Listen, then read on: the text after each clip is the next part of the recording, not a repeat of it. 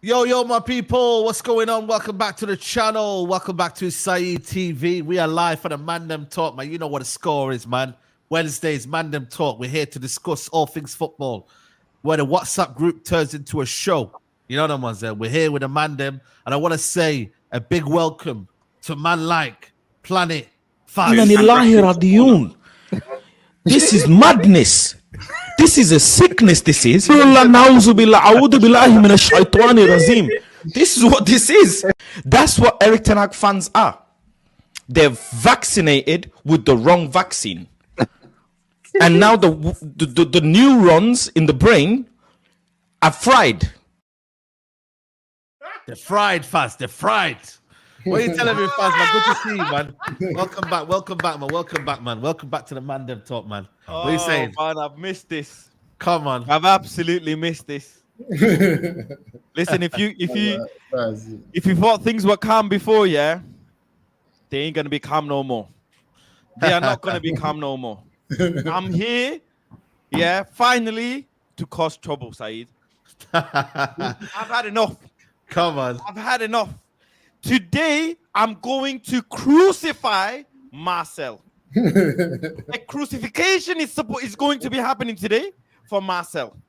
That's what's going to happen. I promise you. By the time this stream is done, I'm going to shred Marcel because I've been giving receipts. Marcel's got the heavyweight title on his shoulder. He's got the title right there. I'm sick and tired of Marcel. I'm telling you. I'm not even sick and tired. I was in Morocco for a month. The mosquitoes in Morocco didn't bug me as much as Marcel bugs me. I'm telling you. Big up, man. Big up to everyone, man. Big up to Marcel. Big up Rhino. Big up Musa. Big up Neji. You know what I mean? He's about to board his train, but he still had time for the Mandem Talk. Always love my guy, Neji. And obviously, we got Nuruddin as well here, man. Big up to everyone here. Big up to everyone locked in. You know what I'm saying, too. And yeah, man, the title of the video is INEOS out, but we wanted football structure. You know what I mean? There's a lot of people who, you know, are flip-flopping about the structure now. You know, they're saying they don't want it anymore because it may hinder the future of Eric Ten Hag. But I come to the question of what happened to us trusting the football structure? What happened to us saying that, you know what, we needed football structure in the building? Because I feel like for me now, we should let them do what they got to do. They came here. They said they wanted to change it. We should be able to trust their decision. So I don't know why there's a lot of people who are feeling uneasy about the situation, you know? So that's where I want to let that open discussion happen. You know what I mean? I don't know if Faz wants to start, seeing as he's hyped up already. But yeah, man, Faz, what are you saying, man? What do you think to that whole situation? I think, look, even the fact that people are saying, oh, I'm INEOS out if they sack Ten Hag and blah, blah, blah. Bro, I didn't know, Ten Hag had this many kids. These lot are all Ten Hag's children. They back Ten Hag more than they back their own dads. It's after the Palace game, all of these people were against him. All of these people were sick of him, but all of a sudden now he's our savior. And because of one game, well, you know the crazy thing is because of one game, one result, one feeling, one emotion. That's all it is. You know when Mandem fancy a girl that's out of their league, and the girl texts back, you think you've secured the package. You think you think you're gonna get a date. This is what these men are. This is the sickness that these men are suffering from. After one little game and the trophy, yeah, of course, it's a very prestigious trophy. It's a trophy that we respect. Football heritage, I get all of that. But you're forgetting all the times, all the trauma, all the shagging that this man caused you all season. If this is not the definition of toxicity and loving, I think these lot, they love being toxic. I think they love it. They love hating themselves. I think these fans that want Eric Ten Hag to stay, they love hating themselves. That's what it is. They love the pain. You know, self-inflicted pain, they love it. Why are you going in INEOS now? Did people not want INEOS to have footballing people make footballing decisions? Did we not beg and cry for this? So when Myrtle was being sacked, you lot cheered. When Arnold was being sacked, you lot cheered. When they said that these lot are going to make the decisions, not Glazers, you lot cheered. But all of a sudden now, if this same INEOS brings in a manager that you like, INEOS in. But if this INEOS get rid of Ten Hag, then you're INEOS out. Which one is it? Which one is it? Brainwashing is what's happening to the fan base. That's what it is. And you lot sit there and lap it up day in, day out. The decision was done before the FA Cup final. Now you lot are begging. I don't understand. Why didn't you beg when Jose Mourinho was here? Why didn't you beg when Van Gaal was here? Why didn't you beg then? But you're here sitting here telling me we made a mistake back. Let's not repeat the same mistake now. What is this sickness? What is this virus? It's got a Bayern point, man. Munich just hired Vincent Company. Bayern Munich, a club that everybody will say in football is run so well after hiring a Champions League winning manager who couldn't achieve anything with Bayern Munich, have gone and hired a manager who got a team relegated. Yeah, Man United should keep Ten Hag. Make it make sense. Make him make sense. Barcelona just hired Flick, but Eric Ten Hag, you can't get rid of him. After Barcelona told Xavi, you are part of our plan, we like you, we're going to keep you, this is the project. They said that 4 days ago. 4 days ago, there was a public announcement saying Barca back Xavi. They sacked him like this, no problem. No problem. Why is it different with our club? Why are you okay with these sorts of mediocrity, accepting these sorts of mediocrity? Why? You know, Arsenal fans still have them to cook us because they think Arteta has a project and whatever. You know, what is this? We don't want to be this small-minded club anymore. And the same the same positions that needed fixing when Ten Hag came in is the same position, ladies and gentlemen, we are going to fix this window. We're no better off 2 years in. No fucking better off. So let INEOS make the INEOS decisions that they need to make. Let INEOS not be emotional. I'm glad INEOS are not on Twitter listening to Marcel's tweets. Bro, this is what for me I don't get. You know what I mean? I'm gonna let Marcel come and defend himself, you know what I mean, and whatnot. But I think this is what we wanted on Marcel, right? We wanted INEOS to come in and develop their own plan, their own methods, you know. But it feels like for me that, you know, people are against it. They don't want to see that change. You know what I mean? Wait, so have you guys noticed the scarf on his shoulder? I just noticed. Yeah, that. I know. Ten Hag. Wave it, Marcel. Wave it for the people.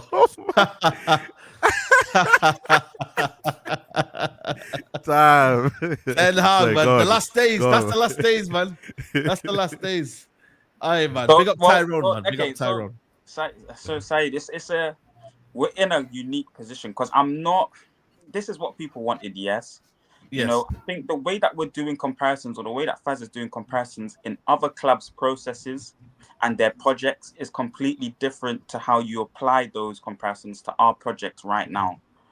I think, you know, over the course of 10 to 12 years, we've been in a situation where we've had mediocrity all the way through that process in terms of the business people, how they look at football players, how they've purchased football players, their ideas of projects. Because, you know, each and every time that we've sacked someone, we've learnt something about, you know, how the football club behaved. With Mourinho, we prioritized, you know, player power over the manager. That's something that we should have maybe been able to take into the next situation. Under Ole, we realized that, you know, the players were inadequate for taking the next step within the process. Even under Ralph, we saw that they couldn't implement a pressing system, you know, in terms of the players long enough to produce a certain amount of results. And he then reiterated again that the players are not good enough. So we have to take those kind of elements into account.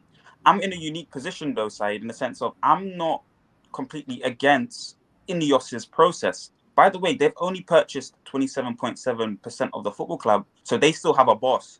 And that boss is somebody that we all, and especially someone like Nuruddin, is viciously and vigorously against anyway. So they still maybe have to consult somebody. So we still have to keep that within the certain level of context. But what I would say is if INEOS want to sack this great manager that's produced 2 trophies in 2 seasons, I'm okay with that in terms of in terms of their idea and thought process of the system. They haven't reiterated to us what style of play they want to do, though, Saeed. So that's also a grey area if we're talking about INEOS. That's a mark against them. They haven't reiterated this to us. And we have to hold them accountable, and in the sense of, can they purchase talent with upscale value? can they purchase talent that's, in terms of getting the right price points for players and paying them the right amount of wages? Because even though people will say it's pocket watching and all these kind of things, that don't make no sense to me. We're just about to get rid of how much staff, how much working people for this club, and get rid of their jobs and whatever. For like, we need to be able to pay footballers the right price points. That's just as basic as that for me. So, but what I would say is they're missing a trick. Regardless if they get, I think they just should keep Ten Hag this season. We've got a Euros happening in the whole of Europe. The Euros is happening. So the next manager, whoever that is only going to have a limited amount of time to work with players that are going to be fatigued during that period. Let just honor out the contract. You don't have to give him, and it's not compulsory that you give the manager a contract because you're extending him for his third and final year. Let's see what kind of work he's able to produce, and if you want your said manager, whoever it is, then you go into the market and get him to the end of next season. He's done well in terms of 2 seasons and picking up trophies. Yes, last season was poor, but there's clear mitigating circumstances as to why that's not the case. Again, I feel like I'm in a unique position, Saeed, and everyone else, because I'm not entirely against if they change Ten Hag. I just know that he's going to be the most successful one over a longer period of time. Well, that's my belief. That's my strong belief in what he's able to produce. He's looks like he's going to integrate another footballer in Toby Collier, in terms of always adding to kind of our culture and our DNA, always adding a youth academy products within the team. I think this manager has been able to grasp what it is to be a Manchester United manager, and he's getting better step by step. So, I've said for the longest amount of time, De Zerbi's the one. So, you said McKenna. You said McKenna, man. Well, let's bring context to that, though, Saeed. When De Zerbi wasn't part of that 4-man list, I said McKenna because he's the one that understands the DNA and the love for the club. I said De Zerbi in like December. Did you get it? December, January, the beginning of this year. I was saying if there's anyone, when everyone else on the panel couldn't give us a name. That's just facts. So I'm very happy to see, if it's De Zerbi, I'll be happy to see it.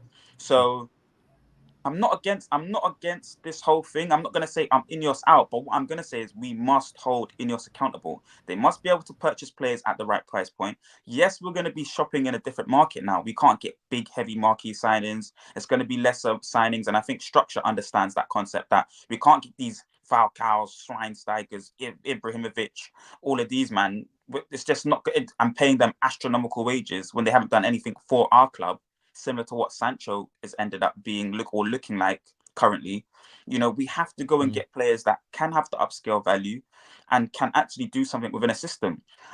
Ten Hag has been trying to work his new system with players, for me, that are inadequate for his system and his style of football. Ralph showed you that with the pressing systems. They couldn't do the pressing systems. He had to go back to Ole Ball-esque football in the first season, and now the second season, he's tried to be more expansive, and it hasn't worked. Plus the injuries. But I'm all for backing Ten Hag. He's produced trophies in his 2 years, so I'm still here with Ten Hag. If somebody else comes in, I'm going to back them. I'm seeing rumours, though, Saeed, that could be Southgate that they wanted. No, that's not Southgate, man. It won't be Southgate. But everyone keeps saying this to kind of make it, but it won't be Southgate. Where have you heard this? Where have you heard this? Bro, it's on Twitter, Saeed, blood. It's on Twitter, bruv. Them man are saying Southgate. Hold on, Rand. Nah, you man are saying Southgate to make Ten Hag sound appealing, blood. Allow it, bro. No, see, That's what it is. You don't even let me finish, Rants. I would back Southgate if INEOS, like what everyone's saying, showed me their style of play and said, we're going to keep him even through the difficult period because we're going to get to that stage, Rants and Saeed and everybody else, Mandem. We're going to get to that stage where we're demanding these players, get me first place, get me Champions League finals. These players currently are not going to be able to survive. It always happens with every single club in their process. So I'm here for the process. That's what I'm here for. Big up myself, first of all. My guy bought the scarf, with his man, on his shoulder, I'm telling you, my guy's wearing it like he's going to, honestly, like a celebration, honestly, like he's celebrating, man. Give it up to you, myself. First of all, listen, at the end of the day, to me, the idea that INEOS will sign the There'll be riots. There'll be absolute riots in that stadium. If Southgate, he'll get booed on game day 1. Mark my words. Mark my words. So the idea that they're not that stupid. Omar Barada, it's not, to me, then Omar Barada is not in charge. He's not the CEO of Manchester United. If Ole Gunnar Southgate comes, he ain't coming, mate. Ole Gunnar Southgate isn't. At the end of the day, there is a manager out, there's a coach out there that Manchester United need to go and get, and he's available still. And Erik Ten Hag is thank you, but no thank you. I said it, I made 3 videos on my channel saying it's too little too late. I clocked it when he started doing from Arsenal. From the Arsenal game, we went away to Crystal Palace, was it after Crystal Palace? And then what we did at home against Newcastle, obviously the cup final. In the past 4 or 5 games, my guy started closing the spaces between the players. You know what I mean? We started to play a bit more tight, and I'm like, yo, it's too little too late, man. It's too little too late. Majority of the season, you turn majority of these men into 800-meter runners. You had them all gasping for air, running everywhere. Nah, it's not happening. At the end of the day, it's too little too late, and what a way to bow out. And also, the question I ask is that why you are beg Erik Ten Hag? Because the INEOS have not come out and backed you. They've not come out and backed you. Instead, they let rumors spread throughout the internet and social media, where you've just lifted the cup and people are asking you if you're leaving or not, if you're getting the sack or not. So for me, there's a bit of a dignity in it. It's like humiliation in it. To me, at the end, if you had anything about him as a human being, I'd be like, you know what? Yeah, I've won a trophy now. You don't have to ask me that question because I'm walking. I just want my money, pay me my compo, and I'm gone. Manchester United pay me the compensation, I'll go. That's all he had to say. So for me, this idea, and I want to remind people, everybody who keep pushing this 1 year, 1 more year. Yeah, that's what I was going to ask him. Yeah. They have to give him a new contract. Because we know players ain't going to listen to him and go, listen, you dickhead, you're going to see them in May anyway. So why should you? So this idea from me is that when you say, people are saying, oh, give him 1 more year. No, you mean give him a new contract. That's what you mean. Give him 1 more year. No, he's being a man. He's being a man by adhering to his contract. He's being a man. No, but Marcel, I don't think you understand. He was riding the bike around the city, trying to get to know the root cause of the club. He loves the club, bro. Listen, I've seen him, Marcel. I'm not gonna lie to you. I've seen him. He's gaslighting now. He's gaslighting. Oh yeah, you become Mr. Gaslight. Don't do that. Take the scarf off, man. Don't do that. Gaslight scarf. Marcel's gaslighting now. He said that he's riding around the city on his bike, like Mr. Bean. Listen, I've seen him. You're just about to explain it to you. Musa. Listen, I've seen him in his missus, man, and I try to get him on his own in it to let him know what's up in it. I try to let him know in it. Don't take the piss with your 7 and all that's holding 6 and shit like that. We're not here for that. But at the end of the day, I just say it's simple. What people don't understand is that footballers need every excuse in the world. So if he's got 1 more year around, they're like, listen, I've got 2-year contract. I've got 3-year contract. So I'm not listening to you. So that's what I'm trying to explain to you. Ralph, they didn't listen to Ralph because he had 6 months. Do you think they're going to be, and also the amount of pressure, anytime you lose 2 games in a row, all those were coming back. So it's not for him. It's not worth that hassle for him. As in terms of being a human being, it's not worth that hustle. Go out on a big bow. You got it wrong. You don't learn from your fucking mistakes. And I'm reading reports today that Wilcox is telling him, oh, you shouldn't overplay the youngsters. How long have I been saying that? It's like, how long have we been talking about the conversations about how he's burning players out? For me, I'm worried about the youth teams. A couple of them maybe be able to come and maybe transition the next season into the first team, play a couple of games here and there, but not to be burnt out. And I'm worried about Kobe. For me, this guy can murder Kobe, mate, in terms of can destroy a talent. What looks like almost a generation of talent, because the way he doesn't learn, that's the bit you don't see, myself. He never learns from anything that he's done. He repeats the same bullshit mistakes. That's why Wilcox is here. Why are you not seeing it as a thing of Wilcox is here now with the Premier League proven eyes, the person that's lifted the Premier League, the person that understands the Premier League more intimately than Ten Hag does. He's only been here for 2 years.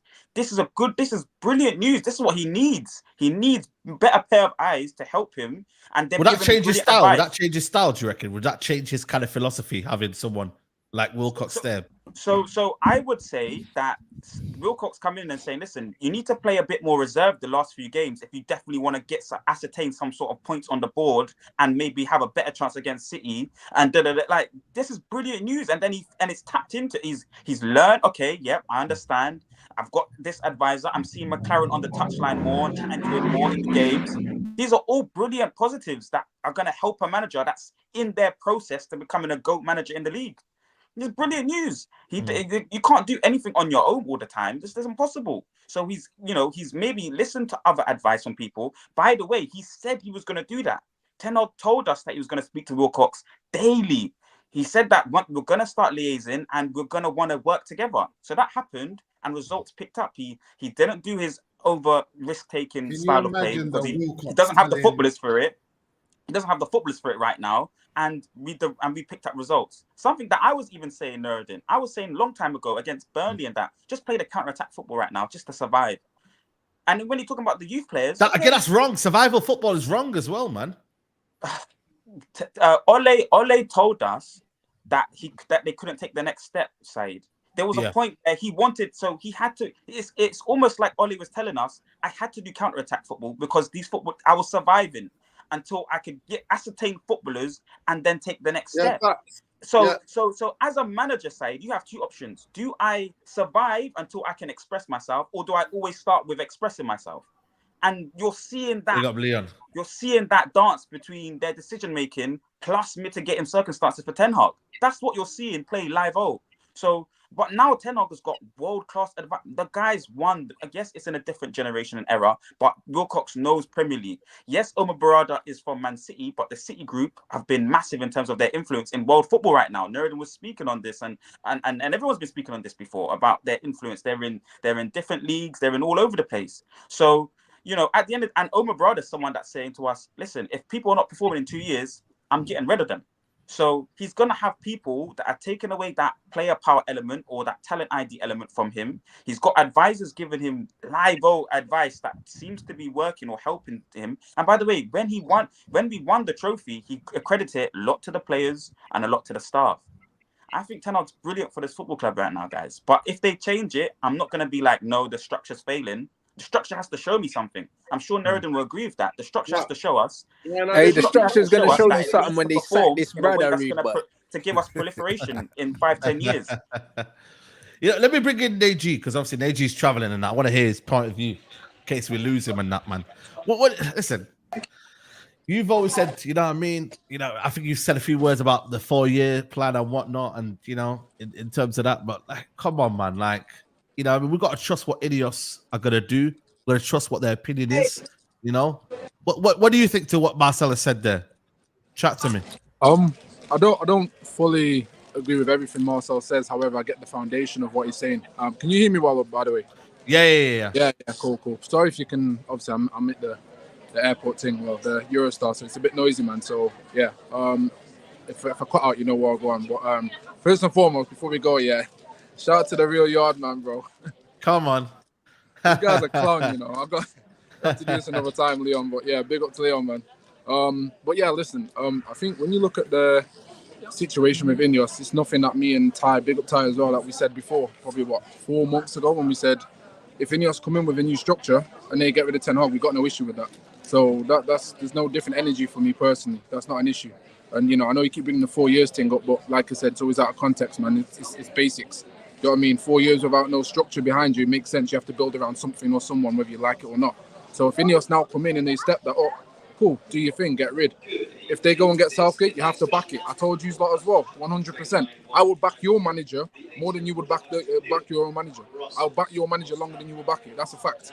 Why? Because again, you have to have patience even when bullshit happens. There's no way you're coming to Manchester United and having success in the ideology that you think it should happen just because you have a name brand of Man United. We're not big Man United anymore. I'm sorry if that hurts your feelings. I'm sorry if that takes away the ego of being a big Man United fan. We're not. But the Glazers took that away from us. By the way, Saeed, I can't hear you, bro, because remember my thing. So go on. I'll land and then I'll put the headphones back in. Okay. So yeah, look, if INEOS go and get rid of Ten Hag, cool. This is what it is, because I'm always for the structure first. But they have to have a style of football and have to know what I want. Now, if they take Southgate first, if they look at Southgate, again, I can only go and do the research and look at Ollie in a waistcoat and say, what have you done at England? And I'll be honest, I don't respect that type of football, nor does that sit with the DNA of Manchester United anyway. So I'm not looking at Southgate as a serious option, I'll be honest. And I dare say that will be the case. If they do bring someone in, that person, no matter who it is, whether they're better than Ten Hag or better than any previous or worse than any previous manager we've had before, because like we said, Ten Hag is not our greatest manager. Jose's got a better CV than my man. Do you know what I mean? Same thing happened to him. So it's not a case of who's the better manager. It's what manager can work with this structure for me. So depending on that, then it's cool. I think Ten Hag doesn't mind adapting. I don't think Ten Hag minds actually sitting down and actually having someone behind him going, pause, having someone next to him saying, you know what, I can take some information from this guy and do X, Y, Z. Again, the reason I can say that is because there are factual evidence of him working at Ajax and other clubs where he's had to work with somebody else, where he's had to make joint decisions, where he's not always got his own way personally, but they've mutually come to agreements. He's a professional, whether you like it or not. These are just the facts of the matter that I have to go off. Doesn't matter whether I rate a manager or not. I have to take these into consideration. So that gives you a logical outlook to go, okay, there is potential for my man to work with somebody, whether I rate a man or not. So, look, if Ten Hag leaves, he leaves. It is what it is. But I'm just happy that there's a structure in place. And I don't understand, Saeed, and I'm with you, why some people would say INEOS out just because they get rid of the manager. Do I think it's stupid to get rid of a manager outside of the only idea of it not coming down to football style of play or identity? Then, you know what I mean? I'm cool with that. That's the only reason I could see INEOS going, you know what? Given everything we've seen from your first season, second season, we don't feel like you can play our style of football, then you get rid of him. That's important. That's the only reason. I don't understand any other reason for INEOS to get rid of him personally. But Naji's not even that. Naji's not even that. What it is that it's basically saying anybody who comes to new, you're not our guy. We've got rid of everybody who hired you, the people who hired you. We've cleaned out house, and you're the last person, and you're not our guy. That's what I'm saying. When anybody give me an example of any new kind of ownership, even though it's a weird ownership, it's 27% BS to me, right? But when they've got football in control, anybody who's kept people that they never employed, certain people just like to come in with fresh new way, their ideas with their own person. Now, the only thing would be is that if they don't have that person, then I wouldn't want to get rid of him and hire someone like Southgate and these Muppets in it. Like, I don't want Tuchel. All right, if he asked me, you want Tuchel or Ten Hag? I'll keep Tuchel in it. Like, I'll keep Ten Hag. No. You wouldn't do it. Yes. No. That's the difference. Wrong. If he said to me about Poch, it's only Southgate. It's only Southgate for me. No, Poch as well. I don't want Poch. I do not want Poch as well, right? And I said about Kieran McKenna, I say I was happy to roll the dice because I was like, you know what? If that's their guy, if that's who they monitored, if that's their man, then yeah, let's roll the dice because it's your guy. To me, whoever the next guy is, right, it's their guy. There has to be their guy. And that's why, for me, they have to do their due diligence. They have to do all their work to get the guy they're going to back. Because I know the people who are now, who want Erik Ten Hag, majority of them would be like putting pressure on the next manager. You know what I mean? No, you're putting pressure on the whole process, mate. Not just the manager, just not the coach. Because it's the people who hire them. It's a new board, new setup. That's what's hiring this. It's a new football structure, which we never had. We've never had a football structure. So for me, they've not done nothing. So I'm going to have to go and see what they do. But this idea that they must keep Erik Ten Hag. No, they don't have to keep Jack, mate. They don't have to keep Jack. He's not their guy. They got rid of everybody who hired him. They got rid of everybody who hired him. But also, can I make a point of Neji when he said something about, we're not a big club anymore? I feel like the Glazers have given us that kind of mentality of we're not a good club anymore. We're not a big club anymore because you know why? They've never ran the club in that way. So when people have that energy, it's almost a bit like, when you're just apathy, You know what I mean? The fan base don't really care. You know what I mean? They're not really thinking, you know what? Yeah, man, it is what it is, isn't it? Like, nah, Facts, yeah. facts. We're still a big club, bro. Listen, don't let these men, lower the standards in your head, bro. Man, has seen from last season gone, Villa in Europe now, blood. It only takes one good season, and all of a sudden, everything's back to normal, fam. See what I mean? So, end of the day, man, I feel like a lot of people have got into their heads here that Man United is a small club. We're not. We're a massive club. You know what I mean? Saeed, can you hear me? Yeah, I can hear you. I can hear you. Sorry, just to respond, bro. It's not. I don't speak from a place of apathy. It's actually the complete opposite. It's a reality check, because when you're emotionally invested in stuff, and again, we're all Man United fans, and we've had the ignorance and arrogance to back our strong support over the many years, we can be blinded by that because those are our expectations, and there's nothing wrong with having those expectations. But when you change the culture of those expectations, right? When you change that, then at that point, that's when you no longer become a big club. So I'm not saying we shouldn't be a big club. I'm saying we are currently not. And sadly, because we are currently not, we are unable to operate the same way we used to be. So in order to get to that, bro? Sorry, Faz, 2 seconds, bro, because I'm out, bro, so I can't really hear too tough. So in my opinion, in order to get to that stage again, you have to start from somewhere. You have to build from somewhere. And you can't do it by keep chopping and changing, in my honest opinion. You have to build something. So if you want to, again, Man United have not always been great. We've had to bounce back. We've done it with many managers, Atkinson, Fergie, etc., etc. Busby Babes, we all know the stories.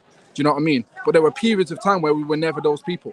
You know, even Fergie had to take some heat, fall off the horse, and get back on at a point where it's looking like he wasn't going to get backed. So I don't care what manager it is, as long as the structure say this is what we're going to do to move forward, and we can continue to at least win trophies. Then I have patience to a level where I'm like, okay, I can accept that we're trying to bounce back.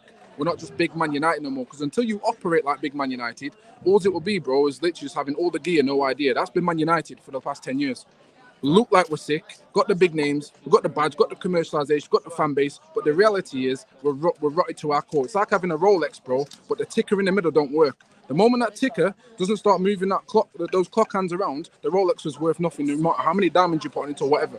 You have to be moving correct, and I've always stood by that, bro. So it's not a case of apathy; it's just a case of reality of where we are, and then again, us having ideas and upon the situations of where we need to go in order to be big Man United again. And I don't believe in this sacking culture just for the sake of a couple of mistakes. I don't get that. I believe in the sacking culture, but I'm gonna let first. Let me just say this. Let me just make this one. Let's come back in. Listen, I agree with Neji. Not all of apathy. Not all of us. We have to remember, not all of us have apathy, but large ways of Manchester United fans, Neji, do have apathy. They do. And I'm not a believer in sacking, but I've come to realization that football now is 2 years. If you don't come in and make a significant change and you don't show the fans something to get behind, then I'm sorry, arrivederci, ciao bella. Ciao bella. I say it in different languages. I say it. Ma'asalam. I say it all day. To me, you have to show the fan base something to get behind. And you have to show it quickly. Self-preservation is that must. And Eric Ten Hag, for me, from January onwards, I was questioning this guy. And everybody was calling people like me negative, including Nephew Vaz. Yeah. Let me say this, yeah. If we're not a big club, where people say we're not a big club right now, yeah, bro, how the hell did we spend that money on Anthony, bro? If we're not a big club, yeah, how come Anthony was our third biggest shirt seller for United? So sorry, Faz, you're missing the whole point, bro. We're not. How are we paying for Rasmus Højlund, bro? A guy who used to be a bench player. A young first-year pro contract player, bro. We're not operating like a big club, bro. That's the point you make. We're not saying we're not a big club, of course we are. That's why we're bigger than anything commercially. But we are not operating like a big club. There's a big difference. Okay, Neji, if we're not operating like a big club, why are we transacting like a big club then? Pardon? Why are we what? Why are we transacting like a big club? If we're not a big club, then how come we just shell out money for the manager's players, that the players he wants? What do you mean? So when Eric wanted Anthony, he got Anthony, no matter what money it was. Ain't that a big club move? Is that not how big clubs operate? No, not necessarily. No. No. What do you Well, mean? listen, No, he's it's saying not. we're a big Well, club, I'll yeah. answer your We question. are a It's very, big very club, yeah. simple. We just have not been run, yeah, efficiently. But We that don't doesn't run change smart. the man. You don't That doesn't spend, change the 90 magnitude million. of the club. You It don't doesn't spend change the 90 million. magnitude. You don't spend 90 million on Anthony player. You don't spend 40 million. We've also Listen, you don't have 90 million if you're not a big club. Wait there. You don't spend it. You don't have it. Forget Anthony. I'll even give you a better example. Look at the situation with Fred. Look at the way that they took the piss out of us, bro, when they said, "Oh, we only wanted 15 million for man," and we kept asking Man United for more, and they kept giving more. We're not operating well. This is why I always talk about when you man talk about how much money is spent. Let's attribute, those that need to be accountable. So this is why INEOS have come in and got rid of certain man straight away before no manager, before any player, because there's bullshit going on. That doesn't really. What you're saying, that doesn't make sense. I know what you're saying, Why? but you're not articulating it well, because you're saying that we're not acting like a big club. No, we're acting like a big club, but we're acting like a big club that ain't got no direction. Because That do you don't know make what I no mean? sense. It's If you like, haven't got no direction, bro, how does that make sense to me? Bro, we no, transact like that's a big because we club. got the I wrong don't people. understand. Because we got the wrong people in positions of power, so we're not making good decisions. But the Agreed. facts are, So we're not moving the right way. what makes a club a big club, is their resources, their history that they have, and we have both. So at the end of the day, we're still a big and club. their ability to maintain that.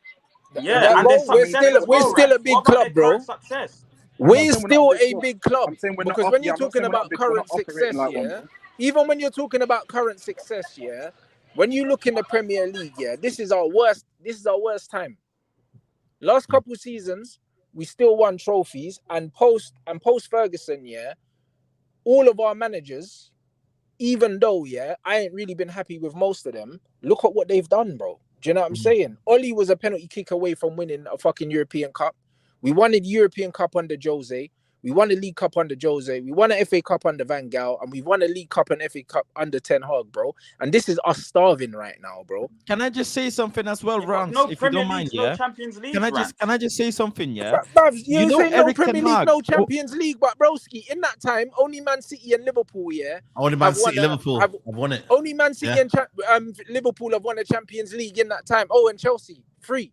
So what, in the last 11 years, them man have got one. Let me say something as well. Bro. What's funny is they will allow Eric Ten Hag's mistakes by saying that the club isn't run properly. They will allow Eric Ten Hag's bad decisions by saying that he doesn't have the players. But never will I hear them saying that Ole Gunnar was one penalty kick away from winning the Europa League. One kick away. And he was, bro, just the same way. We was one VAR. But the maddest thing is, before every game this season, after December, every game they said, I'm not confident if we're going to win. I don't know if we can beat Newcastle. I have never seen Manchester United fans be this demotivated going into a game. Ever. After Ole Gunnar beat PSG, them man, we went crazy. We were like, this is it. This is our guy. Ole Gunnar, a PE teacher, they called him. What structure did he have? What backing did he have? My man cried in a presser saying he wanted players that he didn't get. He came second. My man came second in the Premier League. You don't just come second in the, the money thing is Saeed. If you remember very carefully, I said it months ago that Eric Ten Hag is a knockout competition merchant. Remember?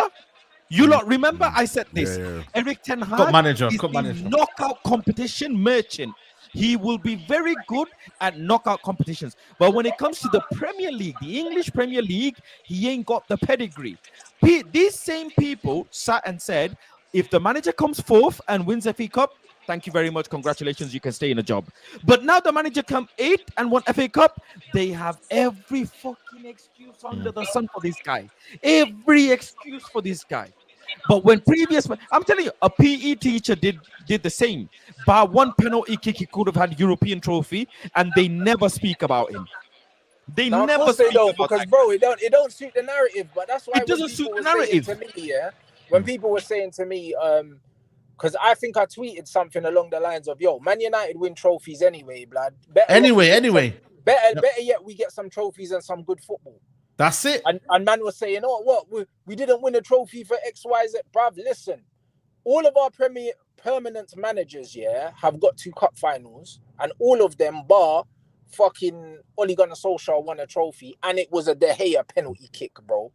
Do you know what I'm saying? Like, that was the fine margins, bro. We could have been celebrating another trophy under Ole Gunnar Solskjaer, just like we could have easily not been celebrating that FA Cup last week, yeah, if that VAR goal isn't disallowed right at the end against Coventry, bro. So that's the fine margins, bro. Like, we can't rewrite history. Ole fucking almost did it as well. So what I'm trying to say is, we're not a big club because when we was a big club, we was in finals or finishing first in Champions League and Premier League. Regardless of what managers happened over the last There's a difference years, between being we've not been reaching that mark and being a big club. We are a big club. We're just not one of the best teams in football right now. Hold on 2 seconds, Rance. In terms of Ole, I'm with you in terms of everything that you said about Ole. And if you just go back to what I said at the beginning of this conversation about Ole, I'm saying we need to learn from those kind of managers. Mourinho's been telling us, look at our history and our heritage. 4th, 5th, 6th. Like in the last few years, Mourinho was basically telling you in that interview that we're not no treble Man United anymore. We're not a big club like we're saying anymore. The big clubs, by the way, are the clubs that Rance he just told us we haven't got no heritage at the minute. 2 seconds. The big clubs are the clubs that Rance is talking about in terms of Liverpool and City, because they've been getting the biggest honours in art domestically, and they've been chasing the biggest honours in terms of European competition.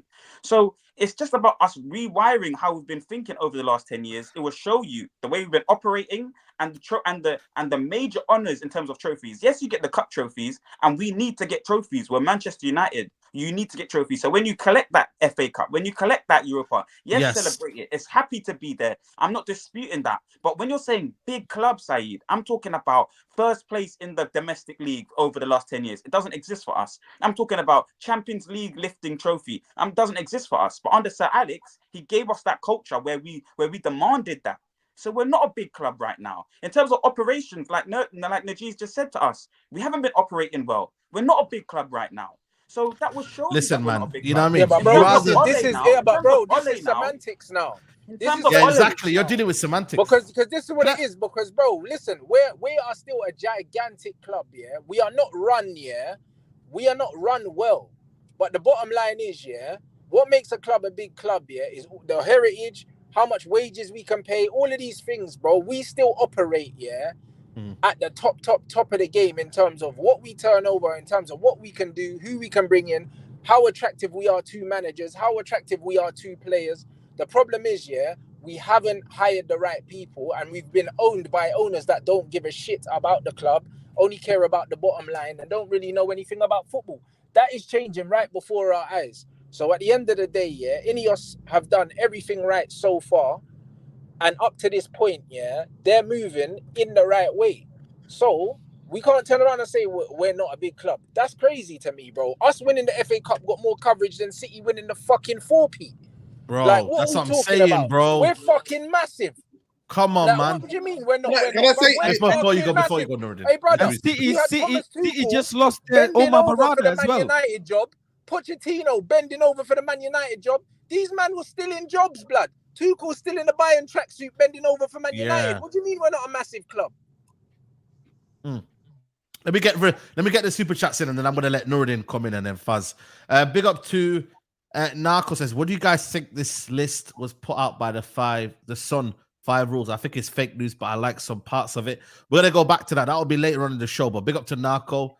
Marcel and Neji, I hope you have insurance today.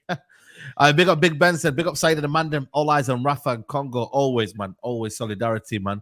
What do you guys think of Eric Ten Hag's man management? The amount of players have fallen out with him. We're going to discuss that as well, bro, about the Sancho situation as well. But big up Big Ben's. Big up the legends. Big up Killer says, big up the panel. Welcome to Concussion and Percussion FC. INEOS are on the clock from now on. De Zerbi would be great. Mikel from the Girona would be my second choice. Aaron, big up to you, says, what if we get a new manager that started playing good football throughout the season with no trophy at the end? Would we be happier compared to now?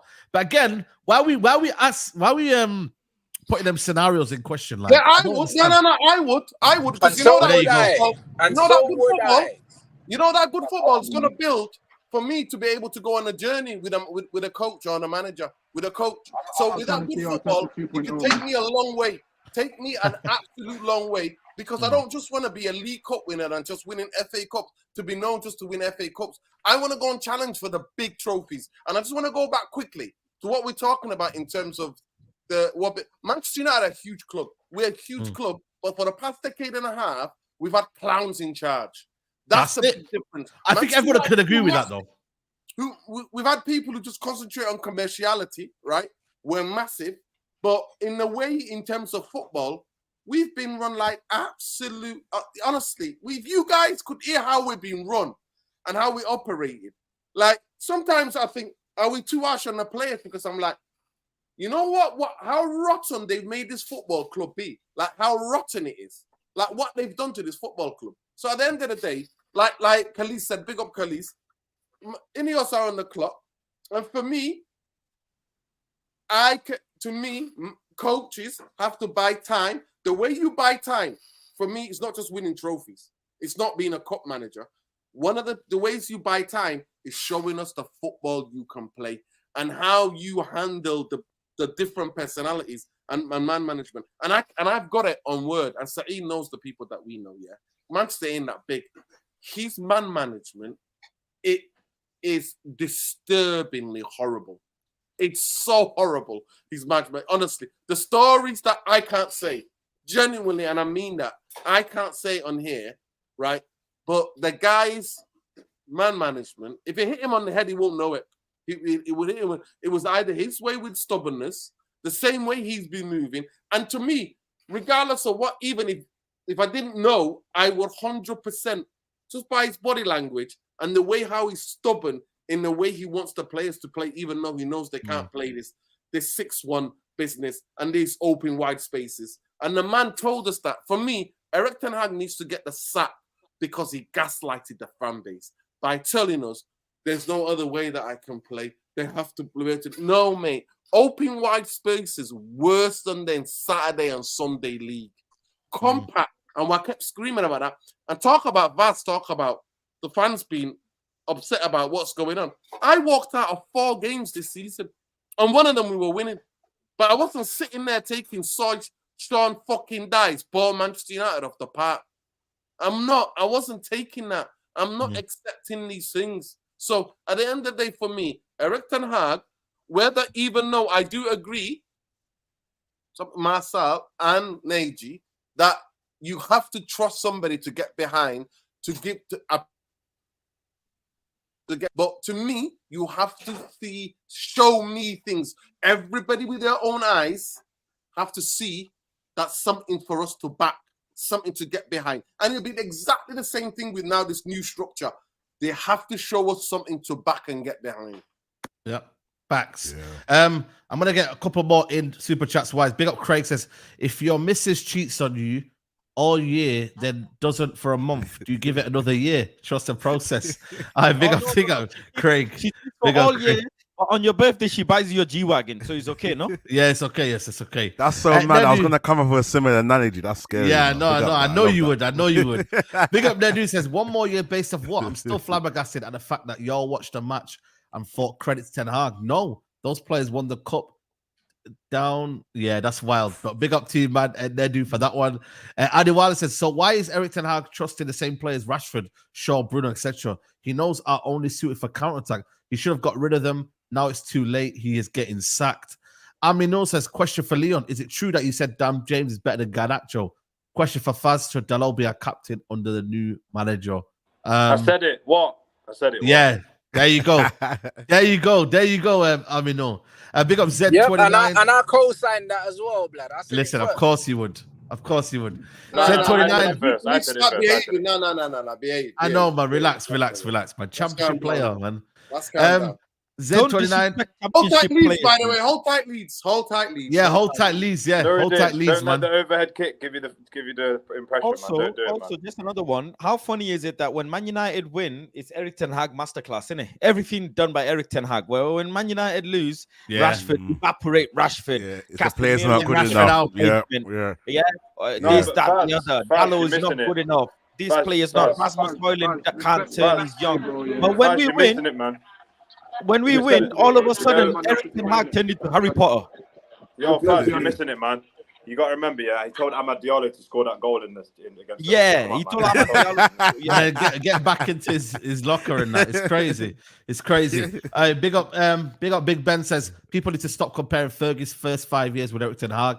Football back then was totally different to what is today, so the argument don't hold. Big up Musbah says I think Erik Ten Hag deserves another season. Great manager. Nedu says even in the cup competitions, he's shy. He fucked it for Ajax against Spurs and Benfica, and almost fucked this year. But for Ahmad and VAR, he's useless. Big up Mustak. He says, brother, I don't know how a brother has a man on his shoulder. Like, why? Why does that? Everything aside, Erik Ten Hag is dead food. Faz spit some fire, says Dr. Drew. And big up MDN summarizes. Big up the panel. Always show love for the community. Love the work you men put in. Stay blessed. Listen, there's 2.5K in the building. You lot hit the like button. We need 1,000 likes ASAP, man. Let's hear Leon, because we've not heard Leon for a bit. Leon, what are you saying, bro? How's Jamaica first and foremost, man? Where are you in Kingston? Where you at? Tell him, man. I'm in the grill, man. Like, you know what? It's like life's a blessing sometimes, man. You can hop in a plane and come back to your roots and that. One sec, there's a brother out here climbing a mango tree, just pulling them down, about to give me some minutes. He's on a mad. Yeah. I've seen him swinging off the tree next to it, but yeah, obviously, look, paradise. Yo, come on. There's a lot of Jamaica. They're United fans out here. To be fair, one of them was talking about Rance, and one was talking about you as well, Saeed, saying, Rance is tough, you know. Well, I'm just on this thing, innit? Can't you give it me, or? All right, then. All right, come on. See, hustling, man, for dollars and that. You get me? But what was I going to say? Yeah, I'm blessed, man. Blessed to be on, as always. Big up on the Mandem and that. Marcel, you was reminding me of, what's his name, from Harry Potter, man, when you came with the Ten Hag squad. What's his name, man? Victor Crumb. You know that Crumb guy who comes in? The little thing on his shoulder, yeah, the real bad man, yeah. But no, big up, man. Listening to what everyone's saying, and yeah, I mean, we got two different types of fans. Some are ready for change, some aren't. But I just believe that there's not that much risk in the change that I propose, in it, which is basically respect, man. Emotions. 5. Yeah. One sec, just on this. Yeah. What are you buying, bro? All right. Mangoes, what are you buying in Jamaica, bro? This is a mad transaction on Saeed TV. I can't lie. Yo, mangoes, man. Yeah, mangoes, man. Yo, you gotta help the locals. You know what it is? These men on minimum wage, man. You gotta help them out a little bit, innit? Nah, you got to big up Leon, man. Big up for that. But what I was gonna say was man's buying mango hashish. Listen, no fans. No one's got a wrong views. No one's got a wrong green mangoes. Some people. Yo, brother, there's 3 types here. There's 3 types here, and you can just pick them straight off the tree. It's unreal, but yeah. Nobody's wrong with their view. Like, obviously, I can't carry on with this manager because Nuruddin. I don't need to say that much on this one because Nuruddin basically said exactly what I was thinking. That in the process that I want to see the club move forward in, I have to see it evolving in front of my eyes. That's the biggest one for me because I'm seeing it at other clubs happen all the time. I'm seeing managers coming in for 3 months. And even if the structure's bad, even if you don't have the players that you want, I'm seeing them start to structure the best way that they can, innit? It's like having a bunch of tools outside a piece of land and building a house, yeah? But you don't have all the pieces that you want. You don't have the maybe nice material for the roof, but you still make something. Do you know what I'm trying to say? You still put the walls up and you still make something out of it. And I feel like I'm ready for these new wave of managers because I don't think what Bayern Munich are doing with company is that much of a risk of what people are making out. I feel like you can risk it. If it doesn't work out, sack it off after a year and go find another hungry. Some of these young hungry managers are going to succeed, by the way. Some of them are going to do it, you know. So we're seeing it all over. So, but yeah, I don't know, man. I'm really surprised with. Well, I'm not, and I am. The fan base after the FA Cup final. I mean, we have got a crazy fan base, but the amount of people that U-turned is mad. Do you know what I mean? But it is what it is. It's crazy, man. Would you rather go down the? I don't agree with the statement of there's not many guys out there. We've got to select between these 3. I think there's loads of guys, man. I think we're so low. Give someone a chance to give it a build. Bro, even Marcel tweeted, yeah. Even the head honcho of Erik Ten Hag FC tweeted, "I'm willing to cheat." Yep, I'm willing to cheat. Yep. But Marcel how can I, as a Man United fan, listen to this guy who said he's willing to cheat openly? You did say that, Marcel. Admit that. I've been honest, and I've been telling you, lot, Wagwan from Wade, from time back. What kind of open relationship is this, Marcel? Was there, and I said it ages ago. I big up Flawless. Big up all the No, man. Marcel, what Come kind on. of relationship do you have with your manager and your club that you're willing to cheat? It's 16 out of 10. I accept Yeah, when everyone produced the reality to me that listen, you know, the INEOS have basically purchased the shop and they want to change everything within the shop, including the shopkeeper. Then I said to myself, I have to choose a successor. Then I believe in Ten Hag, but the reality is I have to come to the realization that I have to accept that there will be a successor that I must pick. I said it back in December. Everyone here should be able to vouch for that, and I said De Zerbi. So even though I'm at this point where everything's, and by the way, Faz, everything's in limbo, bro. Everything's in limbo right now. When you really deep what we're feeling right now, nobody knows. So Marcel, can I ask you something quickly going though? from that limbo. Yeah, here we go. We're ready, Marcel, man. Rhino question. Go on. Listen, no, but this is what's press. annoying me, The yeah. press is about to start. The press. Listen, Rhino with his loaded questions. It's gonna be good. I'm just Go on. I've just given it 1 hour. I said, let me just take it and let me just let everyone speak, give the Taking it floor, in you is know. pause. Yeah, I know, pause. It's mad pause. I love for that, Yo. Faz. Thanks for pausing. You know Rhino's that guy. listen. You know Rhino. No, me, I've always got Rhino. an intro. I've always got an intro Rhino. anyway, so it's good. It's calm. Rhino, Yeah, go on. Rhino. He's Go one on. of them. Rhino's that guy that back in the day, if there's a girl moving mad and he heard about you, he'd let her just speak for time and just bury herself. Yeah. Do you know what I'm saying? Yeah, I that's it. I was there. All right, cool. But I just want to say something now. Done. Do you know what I mean? Listen, this is what it is, yeah. All right, cool. So Marcel, before the FA Cup, yeah, you was talking about De Zerbi, yeah. Are you now not caught up in this FA Cup hype that now we've won it? Now all of a sudden it's just you've reverted. You've gone from De Zerbi makes sense to now keep Ten Hag. Do you know that? Just to answer that one simple question. You have? No, I don't know that because I haven't done that. Remember, Rhino. If you're honest with yourself, you should remember it. Remember. Back in December, I brought to us the realities of De Zerbi. I've never. But it's the same thing Neji used to do. It's the same thing Neji used to do. What Neji would do was tell us that the car's gonna crash, but then but still tell us that we should still keep hope in the car. But then when it crashes, I told you guys it was going to crash, but the whole problem is we're trying to jump out before it crashes. So just because you don't tell us something's going to happen, it doesn't make it right. But anyway, let me move on quickly. Because okay, go on. You tried to connect me with Najee. Let's go to that. So I've not told you that anything's going to crash. I've said to you, and you lot brought it to me, in fact, Rhino. You guys brought it to me saying, if the shop that INEOS have purchased the shop, Marcel, and they're going to change everything. And I was a staunch believer. No, they're not going to change everything. They should keep Ten Hag. I believe they're going to keep Ten Hag. Then you man were like, no, Marcel, don't make sense. It just doesn't make sense. That doesn't equal 1 + 1. They're going to change everything. So you can't put me in that box, bro. I'm done. Okay. I'm outside. Okay, so why are you concerned that INEOS might get rid of Ten Hag then? If you're with the structure and you're happy with what they're doing, why are you concerned? Where's the concerns coming from? It's not that it's concerned. You have to accept realities. When the Mandem brought it to the me, reality has always been here. The FA Cup's the only difference. The reality has not changed. The reality is not changed, my brother.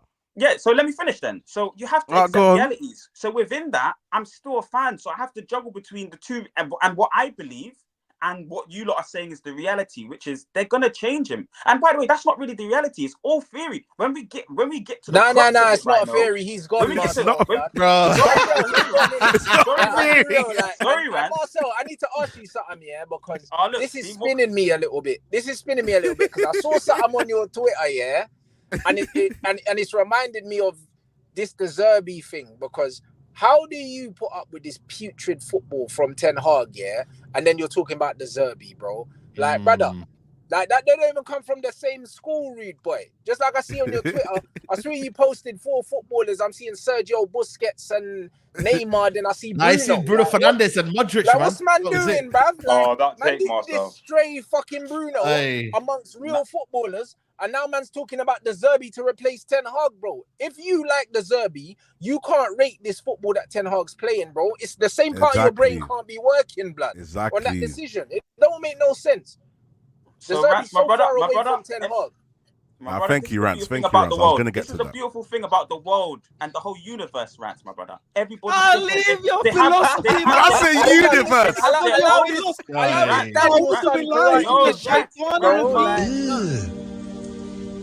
Marcel. What's that? Marcel, brother. What's that, brother? Yo, Nag, is there room on that train for both of you? Saeed got the clips on deck, man. How do you go from the dead football, yeah? Pisces. I don't want to hear about all of them star signs, Marcel. I don't care about Eric Black star Man signs. said the universe. Let Rance ask his question. He's asking you a question, Rance. Then you go ahead of Marcel. Go on, Rance. So I can think Bruno's good and then say Busquets is good. They have different aspects about the game that's good. I can say that. Go on. There's nothing consistent. Yeah, but what I'm saying is, yeah, there's nothing consistent about what you're using, yeah, to quantify what makes a footballer, blood. Because all the men in them pictures were all technically sound, real cultured baller, and then there was Bruno, blood. It didn't make no sense, innit? It's the same way you don't go from Ten Hag to the Zerbi, blood. You don't go from Ten Hag to the Zerbi, bro. Like there's not a straight line to get from Ten Hag to the Zerbi, blood. You have to climb bushes, go through barbed wire, go underground, you know, like that. Come back up, bro. Like it's a mad thing. How do you go from thinking Ten Hag's football is acceptable, yeah, give him more time to go and get the Zerbi? So again, if you guys go back to previous videos, I said the differences between the Zerbi and Ten Hag and why I think both of them will end up being successful at Manchester United, but the different aspects and differences between the two. Whereas the Zerbi is very specific to the T, exactly what he wants. There's creative freedom to interpretation for under a Ten Hag system. I believe you can still believe in both of them. I have been very consistent on that front. You guys just have to go back and watch those videos. Just go back and watch the Mandem talk in December, January time. I remember Marcel 2 years ago. Realist. I remember Marcel 2 years ago, yeah? 2 years ago, Marcel used to have a microphone that used to light up. I'll never forget. I know Marcel for a long time. I know Marcel me and Marcel go way back. He used to have a microphone that lit up. He used to have a dusty camera, no disrespect, and his walls were never painted. Ever since the Glazers paid him, yeah, look at him now, man. His walls are painted. He's got no microphone. He's chilling, man. He's chilling. He's been employed by Eric Ten Hag, mate. Bro, I remember Marcel when he used to have microphone head. Like this microphone head, bro. Now he gets his braids, his twists, and everything. Bread is good in it, Marcel. The way the Glazers paid you, man. The way they paid you out. You should be a mascot. You should be the face of Manchester United because the way you're positive, yeah, is unbelievable. It's not even positive. No, but I respect it because at the end of the day, he stands on business, isn't it? You gotta respect it, man. But it has to come with logic. It has to come with logic. The fans respect it. Rhino, it does come with logic, brother. Tell me when it doesn't, please. All right, cool. Let me just finish my last line then. So just like Rance said, Marcel, because my problem is I even there's a couple points you made earlier and I thought, oh, interesting. Like, I know if you give Ten Hag certain things and put it on the plate for him, he can do all right. I know this.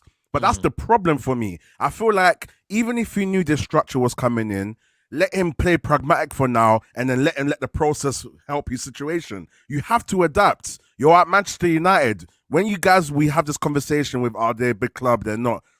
In theory, we are. We're not being run correctly, but we are. It's like a baller. Whether he's got an accountant or not, he's still got money.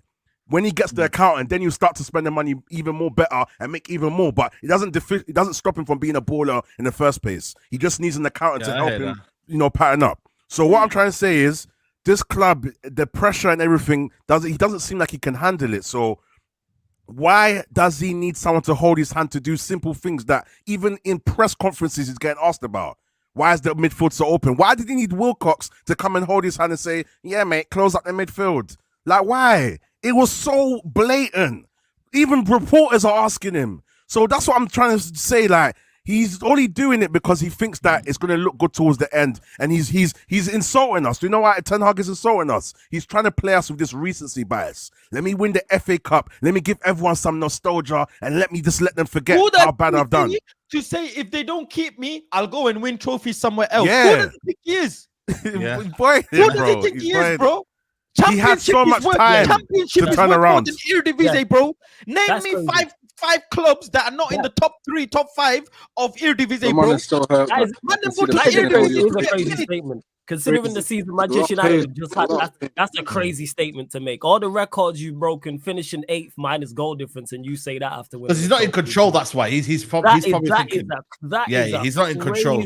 So Man's a chihuahua with a Rottweiler's personality, man. What the hell is this statement to make? You know, that is so not wild. Do you know why it's not flawless? Do you know why? Why is it not? Go on. He's when you look at the situation of the season, the mitigating circumstances, the injuries, the amount of injuries. All right, forget all this, Marcel, because we ain't gonna. Marcel, let me ask you a question. Flawless, in that interview, when he says that, the reporters, it's like the reporters saying, "Don't you like?" The reporters saying, "Look at the facts of the situation. We're 8th with a minus goal difference, but nobody's really looking into the context of why we arrived to that position week by week, game by game, month by month."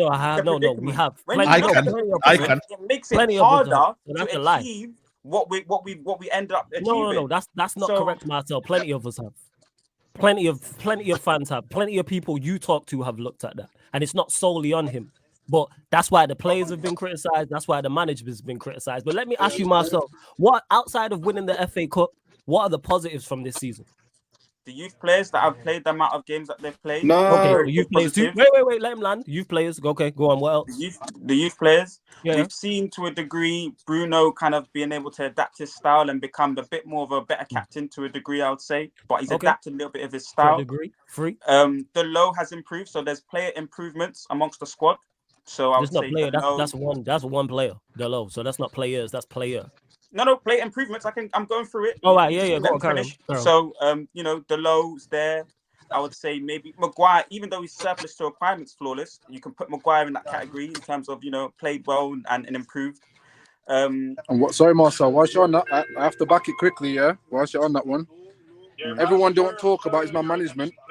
My man having the captaincy, having it stripped from him, is never spoken about. That was a big move for him. Take him out of the firing line to then get his best form back. Never spoken about. Maguire. Oh, Maguire. I give him credit for how because it's been overshadowed by so many bad decisions. Yeah, so go on. So we got the FA Cup, we got youth players playing, so which is just Mano. Or you adding Cameron? Oh no, Garnacho part of that. Okay. Wait, Garnacho played last season? Yeah, but youth players playing full stop is a positive. Talk about development. It's playing and then it's developing. I know you're trying your hardest to find the negative or to. I'm not finding the negative. I'm asking you a question. That's the reality, bro. I'm asking you a question. To me, playing youth players is not a positive. Marcel, man. Playing youth players is not a positive. That is scraping the bottom of the barrel. I'm not trying to find the negative. I just No. Flawless, don't do that to Marcel. He literally said develop. He said develop. We've been purchasing proven. Don't he said youth talent. No. He didn't say develop. He said played. And the likes of Mourinho. Not just about playing, though, is it? Never wanted to play. No, but no. AG, he said playing. He didn't say developing. When I first asked him, he said playing. He didn't say developing. Correct me if I'm wrong, Marcel. The second time. I try and stream on this something you want to run out your mouth on the stream. Watch your dog. Jesus Christ. He said second time round. It's not about finding negative. So we've got the FA Cup. We've got him playing youth players or developing youth players, if you want to say that, in Mano and Garnacho. What else did you say? Dalot improving, Maguire improving. Yeah, that was developing players. I heard that. Point was developing players in terms of the first time as well. When I said that the second time was Dalot, Maguire. Ahmad unfortunately got an injury, but you could put Ahmad in that category. Ahmad barely played. What do you mean? Towards the end of the season, he played. So we're classing that as a part because he played what? How many games did he start? I wouldn't know. Wow. Exactly. So we can't. So if we don't know, we can't be talking on these things. Then if we don't know, what are we talking about? We can always check all these things. We can't be out here just saying, "Oh, Diallo played," and then I say, "Wow, how many games did he play?" He played a handful of games in general. So I don't see that as a positive. If Diallo would have played 15, 20 games plus, I hear that. Diallo should have been played more. That's really in the negative. But he doesn't get any credit for Ahmad. Yeah, I just don't like because he didn't play enough, so we can't say that. Man, how many Premier League games? Yeah, he don't get credit for Ahmad. All right, so we've got the FA Cup win. We've got the playing of youth players and developing youth players in Garnacho and Kobe Mano. Playing them and developing them ain't the same thing, bro. Kobe was a quality player, yeah. That these men are being given minutes, bro. I don't know about developing them, bro, because it's one of them ones where Ahmad was always good, Kobe was always good, and I don't see Garnacho developing. He's just getting minutes, bro. Yeah, but developing players and giving players minutes is not the same thing. Developing them was for Dalot and Maguire. So don't do that, guys. He hasn't developed Dalot. Dalot's always been a good player, bro. So what are we doing? No, he's not. No, yes, he has. Yes, he has, bro. He hasn't improved Dalot, blood. Get out of here. Rants. Marcel, he never used to check his shoulder, bro. If you think, that Dalot has become a better player because of Ten Hag's coaching, then what happened to the rest of the team? What happened to the rest of the team then? We've been shocking this season, and we've been dismantled, and we've been decimated this season. Giving this player credit, for Dalot's season is ridiculous. With Dalot, I even think Dalot had a great season. I strongly disagree. Unfortunately, I disagree with you, Rance. I don't think Dalot had a great season, but hey, we moved, so we got Dalot and Maguire going. What else? I just want to hear the rest. That's why I didn't want to argue the semantics of developing players. What's the other positives? I'm genuinely interested to hear this. That's pretty much it. It's one or two. He's got more. Marcel's got more. He doesn't. He doesn't. No, but I don't think. By the way, Flawless, I don't think that you to be expecting an illustrious amount of positives. It's not illustrious from a season. Well, I've never said illustrious. Don't put words in my mouth. I never said what I expect. Ask me. Don't. No problem. No problem. I never asked. I never said illustrious. We've named. I just want you to name the rest. You've got to 4. Some of them are questionable, but I didn't want to argue the semantics of developing. I just want to hear how many you've got. So I appreciate that. I appreciate that. You asked me a question. You asked me a question, and I gave you my answer for it. And I gave you more than one. Is there any more? Because your original question was other than the one, and I've produced more than the one. That's fair. Let's get to that bit. So let's just get to that bit. So then let me just carry on, please. Cool. The point that I'm trying to make is, with the fact that I've been able to do more than what your question asked, in a season where we were decimated. It wasn't a loaded question. Again, no. Don't put words in my mouth. It wasn't. I just wanted to hear how many you had. That's all. That's all. Don't presume stuff from me, myself. You can ask me. The reason why I said other than the one, okay, so I'll explain why. Wait, hold up. In a season where we've been decimated for injuries. The reason why I said other than the one. In a season where there's been playing patterns that have been ruined because the players have been out and been chopped and changed. Say again. And the teams that are above us, by the way, our target for this season would have been maybe top 4, right? That would have been our target for this season. That would have been fair. We're 8 points. We're 8 points off that. Okay. And the teams that are ahead of us have a better squad than us, or further in their process. We're talking about Chelsea further in their process and a better squad. We're talking about Newcastle further in their process. Argue the semantics of it. I just want the positives myself. What are the pros? No, Newcastle's squad is. Our GOAT manager, by the way. Marcel, I just wanted to. Hey, Marcel, one at a time, man. One at a time. One at a time. I just want the positives. I don't need to know who has a better squad than us and all of this stuff. What are the positives in your opinion? No problem. Yeah, I reiterated that.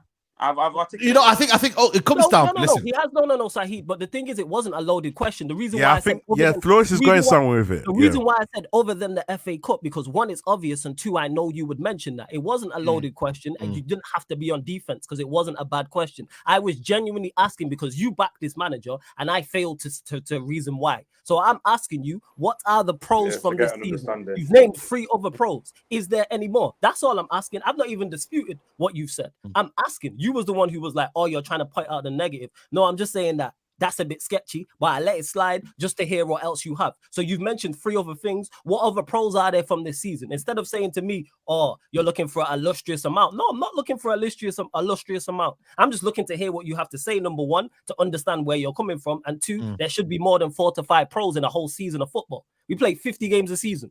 Pretty much. We played 50 plus. There should be more than 4. If there's not more than 4, there's not more than 5. That's a problem. That's the point I'm making. Because if we point out successful teams and I ask you to name the pros of them, there's going to be enough. List as long as your arm, but already you're on the defense trying to talk about we finished 8 points off top 4. Teams are further along in their process and That's not what I asked. I simply asked for the pros. If you've got any more, name them. I'm not even going to interrupt. Do you have any more, or is that it? Is it just let me speak after you. No, hold on, Leon. Hold on. I was going to say after you guys. Imagine the bit that you just said there. You just spoke on what did you just say? Like the reason for why a top team would have more points and more reasons why they have a good season. And I've just explained to you why I'm saying we're not in that bracket of a good team for certain situations and mitigating circumstances. So I've already spoken on the reason why we're not going to be a good team and have as many options and reasons as long as my arm, because we've had certain situations. And that's why I was pointing that bit out. And that's why I've explained that bit. Just go back and look at it. No, and I heard that, but there should be still more than 4. Because the teams who finished below us who had more than 4, that's the point I'm making. Okay, so there shouldn't be more than okay. So you're happy as a United fan after a season ends and there's only 4 pros and only 4 positives to look at. There's only 4 pros from the season. You're cool with that? I'm not saying I'm cool with that, but no, when that's what you are saying. That's exactly what you are saying. No, no. Because I'm saying. Let's move on from this convo. Let's move on. Listen, we're gonna go round in circles. Big up Tyrone in the building. You know what I mean? He had to come in and defend the Ten Hag, you know what I mean, crew and that. What are you saying, Tyrone? I'm blessed, man. I was in London on the wrong time. How funny Ty wants to take his hat off today. How funny is it that all of a sudden Ty has all the time in the world for today? But when we were getting shipped all season, Ty was nowhere to be found. I've been here. I've been riding it the whole season. Pause. Yo, what you been riding, man? And he's holding. Brother, what's that? What's that, brother? Yo, Tyrone, man. Ty, you been wilding. Hey, calm down. Ty, you need to leave and join again. I need to leave and join again. Yeah. And you guys missed the detail. He stroked the pillow just before that, and then said that. Crazy, mad, crazy. Yo, crazy. Dad, you know what? I was in London today at Fair Game. Big up Aaron as well. I met Aaron today randomly as well, which was sick. So big up him. Big up Aaron, man. Yeah, I wish I was on this show today. I was watching some of it on the straight, on the train back, and I thought I need to jump on. But big up everyone inside. Obviously, like the video. All I'm gonna say is, I'm a bold man. And this was the bold man's weekend. You get me? We come through. I've been saying it. Me and Marcel have been saying it. Nuruddin, you can slide. You're a bold man with me. You get me? But look, I said when Ten Hag gets some of his key players back, just let him try and do his thing. The FA Cup first half masterclass, shut City down. First shot on target in the 37th minute. We don't need to go and sack him now. Give him this year to see it out. Don't give him a new contract. And I said to you already, this summer, with the structure, see how it goes. The guy can coach. He has his flaws. And I've said it. I see what he's done wrong. But the guy can coach. The players are behind him. Don't, nah. See what I'm saying? Look, trust it. I'm not saying that he's the be-all and end-all. If he gets sacked, and De Zerbi comes in, cool. Like, I'm not going to be against De Zerbi because I like him. I do understand that. But I'm saying that with Ten Hag, I have said, look, we've had 10 years of some big coaches like Van Gaal come in, even though I think he was a bit harsh, he sacked. I hated Mourinho, and everyone gangs on about Mourinho. I don't like that guy. And then you got Ten Hag, he's come in. I've said to you already, one bad season this year, but still won an FA Cup. Last year, got top 4, got other trophy, and overachieved what people's expectations were. Let him do his thing next season. Now we've got some of the players. Tyron. If he hadn't won the FA Cup, I bet before the FA Cup, I've been backing him still. Tyrone, hear me out. I bet if he hadn't won the FA Cup, you'd be on it now saying out. No, okay, Leon, let me answer this. Leon, you know how I can answer this? Leon, do you know why I'll say no to that? Marcel, one sec, bro, one sec. The reason I'll say no, I wouldn't come on here and say I want him out because he lost an FA Cup final. 1, it's City, and 2, we've been in more worse situations this season than losing a cup final to City for me to then obviously have a chance to say I want Ten Hag out. But through them tough times, I've still said, look, I understand if he goes, but I also see the positives he can bring, and the players are still behind him. That showed that on the weekend. And I'm willing to stick by him. Just because we change another manager doesn't mean that everything's going to be okay. I think everyone thinks everything's just going to be rosy again. Yeah, but it works the other way around as well. It works. Then what? You're going to have 6 months. You're going to have fans moaning again in 6 months. Yeah, if the next manager don't work, you get rid of him as well. Let me come in off the back of what Flawless was saying quickly. Yeah. So obviously, like me and my mindset, is very, very simple for me. Yeah. And I'm going to use Ten Hag's wording for this one, the bigger picture, people, the bigger picture, okay? Don't know, but we've got Ten Hag for that, Basically, I can't watch a 50-game season, and I don't know the maths. That's times 40. Let's do 40 games by 90 minutes, It's a lot of minutes, a lot of minutes, Different games, Newport County, Coventry, different competitions, Champions League, an opportunity to play your style, to play different players within the squad, to get better results and to get better performances. The key thing is performances. For me, personally, when I look at all of those minutes, he's underperformed too much for me. And I can't let an FA Cup... He hasn't had a lot of key players. And I'm going to be real. Two times he's had his best 11 this season. Let me keep it super real with you, just before you come in, In the last 18 months, I can't count on 2 hands the amount of good games that we've played. I'd struggle with 1. I could maybe count 5 or 6 games, That to me simplifies how unacceptable it is for me, because I think what Nuruddin's saying is bang on. If we have better performances, he was basically saying that he's looking for somebody with better performances. Would you take a manager with better performances but without a trophy? Yes. Do you know why? Because the performances would lead to consistency, would build confidence to develop players within the squad, and it would lead to success. And you expect Ten Hag to build consistency when his key players have been sort of mishmashing all season? No, what I don't expect from Ten Hag is to make excuses with the cards that you are dealt to try and gaslight me, to try and convince me that you need more time. Leon, on that point, Leon, it's only been Varane. It's only been Varane. I mean, Martinez. Gary O'Neill will cook. Give Gary O'Neill these resources, he will do better. So that's all. Give the Luton manager these resources, he will do better. Go to the Championship grab managers, they will do better. And that's it for me. Also, the context of the injuries as well. Tyrone, you always fail to forget the context of the injuries.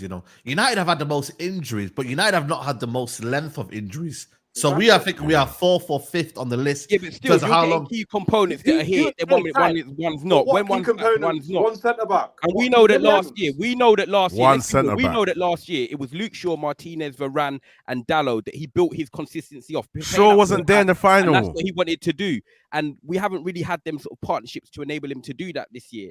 And that's these things are disingenuous, innit? And I can't stand these conversations, bro. I can't stand them, because at the end of the day, it wasn't the personnel. It wasn't the personnel. Yeah, the reason why we defended the way we defended last season. We played a completely different team structure, completely different, and we saw the similar structure in the cup final. We haven't played like that all season, so stop giving me the bullshit. It's not about personnel. No. It's not about personnel. It's about how the team set up. Bro. If we set up the way we set up here, bro, if we set up the way we set up here in the cup final against Crystal Palace, we wouldn't have lost 4-0. Okay, it doesn't matter. It doesn't matter what 11 we put out. Bro, I agree with that. We come on here on the Wednesday about he needs his players, bro. You were cussing. Who's not good enough? He's not a good coach, bro. Because he didn't adapt. And I agree with you. You were cussing because he said Ten Hag didn't adapt. He threw Amrabat on in the last 15 minutes. We looked more solid and so forth. Cool. I agree with that. And I'm happy to say the manager that I have at my football club is not perfect. He has his flaws. But for him to then adapt it, change it, and then do it in an FA Cup final where we win a trophy and get it right, I also commend that. So I can actually say, do you know what? He got it wrong in that Palace game. But the fact that he adapted and he changed his ways, and he's got Amrabat in there, played Mainu, played McTominay in a false sort of like forward line to try and press Rodri. He adapted it in the game that mattered the most to us as Man United fans this season. You just said it. Tyrone, you just said it. Just one sec. Just let me just finish that before Rance comes back in. He only adapts when it's the last little thing to do. He doesn't adapt quick enough. The guy doesn't know about adaptation. We can't give him credit when he's done 10, 12, 15 games, no adaptation. Adapts and wins the cup, and then we go, oh, brilliant manager. It don't work like that. No, I'm not. But Leon, when you say, oh, brilliant manager, that's the minority of them sort of silly fans that are now all of a sudden saying they want Ten Hag in and want him to stay. Me, Marcel, for example, and Neji. Marcel says he's a great manager. Is he silly as well? He's a great manager. Even if he's saying, let him draw out his point. Sorry. I know. The fact that you get some idiot fans on Twitter that all of a sudden, oh, you can't sack him, and 2 weeks ago they were wanting him out. Them ones I'm not really listening to, but the ones that have been consistent with me, Marcel, Neji, we have accepted his flaws. But the fact that he's adapted even for a final, which was our biggest game of the season, for me, I don't care because it wasn't too late because it's brought us a trophy. Much more than, I know Arsenal played their football and so forth, but we've won a trophy this season. We've got something to be memorable by and actually go into next season feeling more confident. He did adapt late. I agree with that. There was times he's been stubborn and it's killed him. And I don't want him to carry on doing that next season. Otherwise, I'm like, you've not learned from your mistakes. But I'm hoping this last 3 or 4 games and what he's done and what he's seen in a few players, hopefully can transpire into next season. And one thing that I stand on is when I look at them players after that game of the FA Cup, they looked like they were behind that manager. And you've got someone like Lisandro Martinez, who acts like a bloody captain of the team already. When you see the way he's picking up Ten Hag and lifting him in that, and you know Martinez is one of the rocks in that dressing room, I'm like, they're still there with him. They're still there trying to perform with him. Can I ask you a question, Tyrone? Let me ask you a question, yeah? It was a goodbye hug, by the way. But yeah, just so you might know. It was a goodbye hug. But you see, can I ask you a question, yeah? What gives it was a goodbye hug? You see that man like, hey, word up, man. You know what I mean? You know when the teacher leaves school and the one you don't like and like, yeah, cool, man. Yeah, pussy up. Do you know what I mean? Say, you know what I mean? No, Leon, do you know what it's like, Leon? It's like when you're in the studio and then the music's playing loud, and then you think it's a banger, then you sleep on it and you think, Bro, we gassed it. It wasn't all that. That's why bare songs you have to sleep on it. You have to sleep on it the next day till you know. It's the same thing, bro. Marcelo question, yeah. Obviously, look, you guys have your own opinion. One thing I'll back Marcelo with, yeah. Leon, hold your question, please. 1 minute. Go on. Leon, hold your question 1 minute. I just want to go back to Tyrone 1 second. Big up Tyrone, by the way. Tyrone, when Man United were getting bopped and we were leaving massive spaces and gaps. For me, let me say this right. If you're going to use the injury excuse, why did you not do what you've done? As long as it's just a cup final, by the way. You've done it for the past four or 5 games. Yeah, I agree. Right? So for me, that's the biggest gaslighter Ten Hag is. He was coming out game after game. I left three games and won 4 games, and one of them we were winning. But we were getting bopped, and I'm like, I'm not here for this because the gaps, spaces. I'm sure you played. I'm guessing. I play. Yeah, I play football. Yeah. So you know about gap and space. So for me, if you know about gap and space and about how to set up as a team in terms of structure on a football pitch to a plan, how you can be backing this guy, knowing that he gaslighted the whole fan base, millions across the world, saying to us, "Oh, this is the one," and the single pivot. He talked about after the cup final. Oh yeah, he said, "Oh yeah, Amrabat and Kobe did a fantastic job." I'm like, you got the fucking nerve. You've been banging on about this single fucking pivot when we were getting absolutely smashed all over the show in all these games and leaving one player there while 6 of them, all of them go up the pitch. You've been doing that to us all of the season, and now you got the cheek to talk about it. We've not seen Amrabat. I told everybody I can't make a judgment about Amrabat. I'm not judging him on being left back. So this idea, bro, he don't learn, he's stubborn, and then he talks about it as well after the cup of the year. Well, we're going to need a bigger squad. I'm like, bigger squad for you when you only play 13 to 14 players like the most all seasons. Come on, give it a rest, man. No, do you know what it is for me? Showing us nothing. And the only thing I want to come up to you is that if you just say, let him see out his season, no, majority of players who've got 2-year contract, 3-year contract, are not going to listen to him. They're just going to wait it out till May. They're going to wait it out till May. You know how we know that? You know how I know that? They did it. Anytime you get an interim, that's what players do. They did it to Ralph. If they think the manager's going already, everybody just chills. Players, I say it, at a professional level, players are like footballers because they have to be regimented like a military. It's like a military thing. So any little excuse you give them for them to chill and relax and maybe go out and, they're going to take that. But they didn't show any signs of that on Saturday. Listen, there's one game. Listen, let me interpret. Can I just say something? Let me just interpret what I saw on Saturday. Yeah, no, Marcel, you come back to him. I'll let you. Yeah, go on. Let me just interpret what I saw on Saturday. I saw players thinking, shit, we're going to have to play for our careers because I'm not going to get this money anywhere other than Manchester United. That, to me, was a show to show the INEOS. They played for INEOS. I'm telling you now, there were nobody playing, and some of them felt guilty of the way they've been, the dickheads that they've been majority of the season with the fan base. And they were like, you know what, everybody expects us to beat. And when you take on that underdog mentality, sometimes something goes. You freeze. No, that's right, a pause. That freezes a pause. We had the wrong way to think. Listen, Bruno said we had meetings as players. We had meetings amongst ourselves as players, and we all came together and said, "Yeah, good." He just said that. One of the interviews, we had to give the fans something. We have to because they were backing us. And that's what he does as a captain. You stand up in difficult situations. That's good. No, but what I'm saying to you is that this idea that it was about Erik Ten Hag, because I didn't see. Listen, I saw Leach run into the manager. I didn't see everybody. See anybody else? We all watched it. Not all the team ran to the manager when it all ended. Usually they will run. You know that you've seen it. You've watched but naturally, your instinct tells you just to run on the pitch. You've played football and won stuff. You don't always go to the manager. Certain people with that sort of go to the manager, isn't it? But Tyrone, we've already seen as well where a bunch of players run to the manager to pick him up or to congratulate him and so we've not. Yeah, but not how many teams do you see do that in across the landscape of football when the whistle goes? You don't. Don't lie, man. Even if they go wet him up a bit more. If the manager's under pressure, And the players are playing for the manager. They do that. Do you know what I'm Yeah, saying? they do Real that. Madrid ain't a good Nah, example. man. That's gas. Yeah, Marcel, These man don't rate this manager, bruv. It's all in your head, bruv. It's all in your head. No, that's all in your head. You're nah, thinking just all like time, you, just everyone like you, runs man. the Think that manager. McTominay comes off the bench and scores goals for the manager. Get out of here, bro. Man, need to get in the bin with some of these opinions, bro. It's some joke. What are you talking about? These men are not playing for the manager, bro. They're not playing for the manager. They're playing for themselves, bro. Do you know what I mean? Enough of these men are playing. They're saying they're playing for the fans and all these. They're not playing for the manager. Most of these men do not have. You can tell that these men do not have personal relationships with the manager. Yeah. You Look can at the just body tell, language. Look at body the body language language. tells Yeah, you you can tell. everything you It's need just to know about It hits players. to a job. Like that, bro. You know it. All them times when Anthony's getting asked to play left back and he's shouting at the manager and gesticulating towards him and all that, a man are laughing and that, bro. Because, bro, most of these men don't respect this manager. They're all chatting shit about this bro in the group chat. And this is not a player that's on the training, bro. You know what? And you bought Anthony for 80 mil. Nerden, quickly on your question about space. Quickly on your question about or your point on space.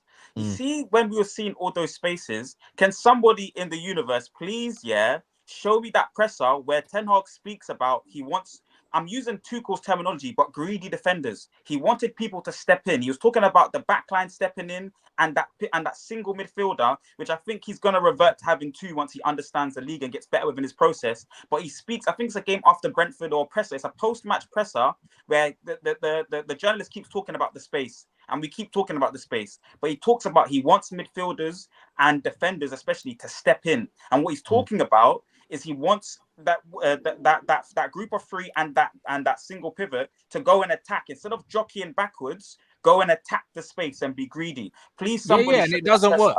Specifically, it doesn't work. Well, we haven't seen it enough. Rants, we haven't seen it enough. It doesn't work. We have seen it. Every game we've lost, we've seen it. To do it enough. We've seen it. Every game we've lost, we've seen it, bruv. Yeah. We've seen it, and even games that we've won. There was a home game rant against Fulham where Maguire tried to do it against Traore and he got caught out. But please, if someone can remind me of that presser or just start sending me the pressers so I can look through it and be more specific about that moment. But I remember 100% he's talked about giving the interpretation to the players about whether they drop back and recover the space in behind or they step in. But he wants the players to step in more. I get what you're saying. Marcel, but when you start, what gives you, sorry, just before you come in, what, and obviously I'm not saying you're wrong for this because me and you spoke before and you've explained why you back Ten Hag and you've studied and looked at things a lot more in depth than probably some of us. Manager. Oh, sorry, am I back? Yeah, you're back, bro. I felt guilty of not looking into this manager properly, and Traps scored me, to be fair. Traps was that I'm not feeling him before he came because Traps had looked at him and not feeling it. I didn't. So I'm going to stop doing that now. Whenever I see a manager, it's my lesson to learn and study like you have because you do your belief in Ten Hag is because you've seen him manage clubs previously. We spoke about that. It's more to Tyrone and Marcel, yeah? What gives you the confidence from his lack of adaptability and his tactical, what he's shown us, not what he's told us? What gives you the confidence in him moving forward, bearing in mind we've had a year and a half of ups and downs with this tactical stuff? I personally don't think the players understand what he's trying to teach. I don't think they get it. I don't think his communication towards doing that as well is very good because the communication is important. So what gives you the confidence that he's going to change, it's going to work, it's all going to come into sync and flourish? Yeah, so first season, if you guys can remember correctly, there was a period where all his substitutions were working. He had the Midas touch. I don't know if you guys remember that period. That was last season. That's a realistic. No, at the start of the first season. He did say that. He said that last season. The question is, that's the premise of the question is, what have you seen with your eyes, bro, Rant? So I'm just giving you what I've seen with my eyes. We saw that under Oli, though. I'm not disputing that either, bro. Okay. And I've said previously under Ole, and I've said previously in the last hour and a half that we've been talking that, listen, we needed to learn certain things from Ole. Ole basically told us I needed to take the next step, and we didn't give him enough time, maybe because the structure and plenty other things. So, hey, Marcel, did you put Ole in?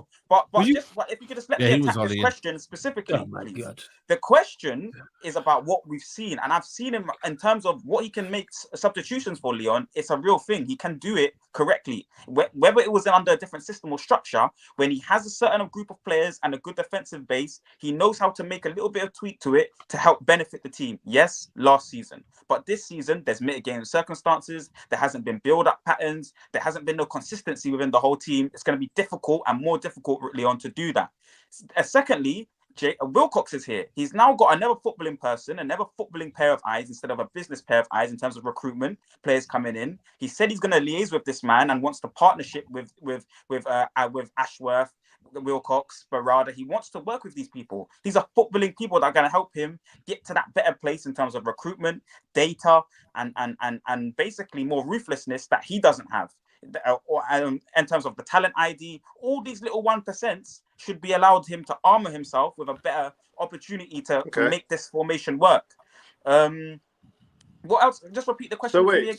So basically, your main confidence comes from he started doing it in the first few games last season, but then there's been loads of games since then that he hasn't. So your confidence comes from the way he started.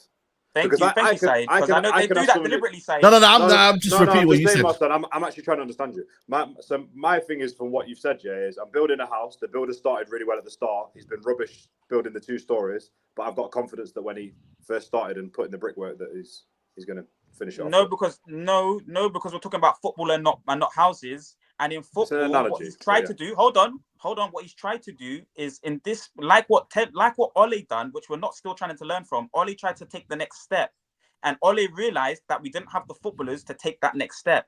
No, Ole just realized that he can't coach, because he's not a good enough coach. That's all. I can hear that bit.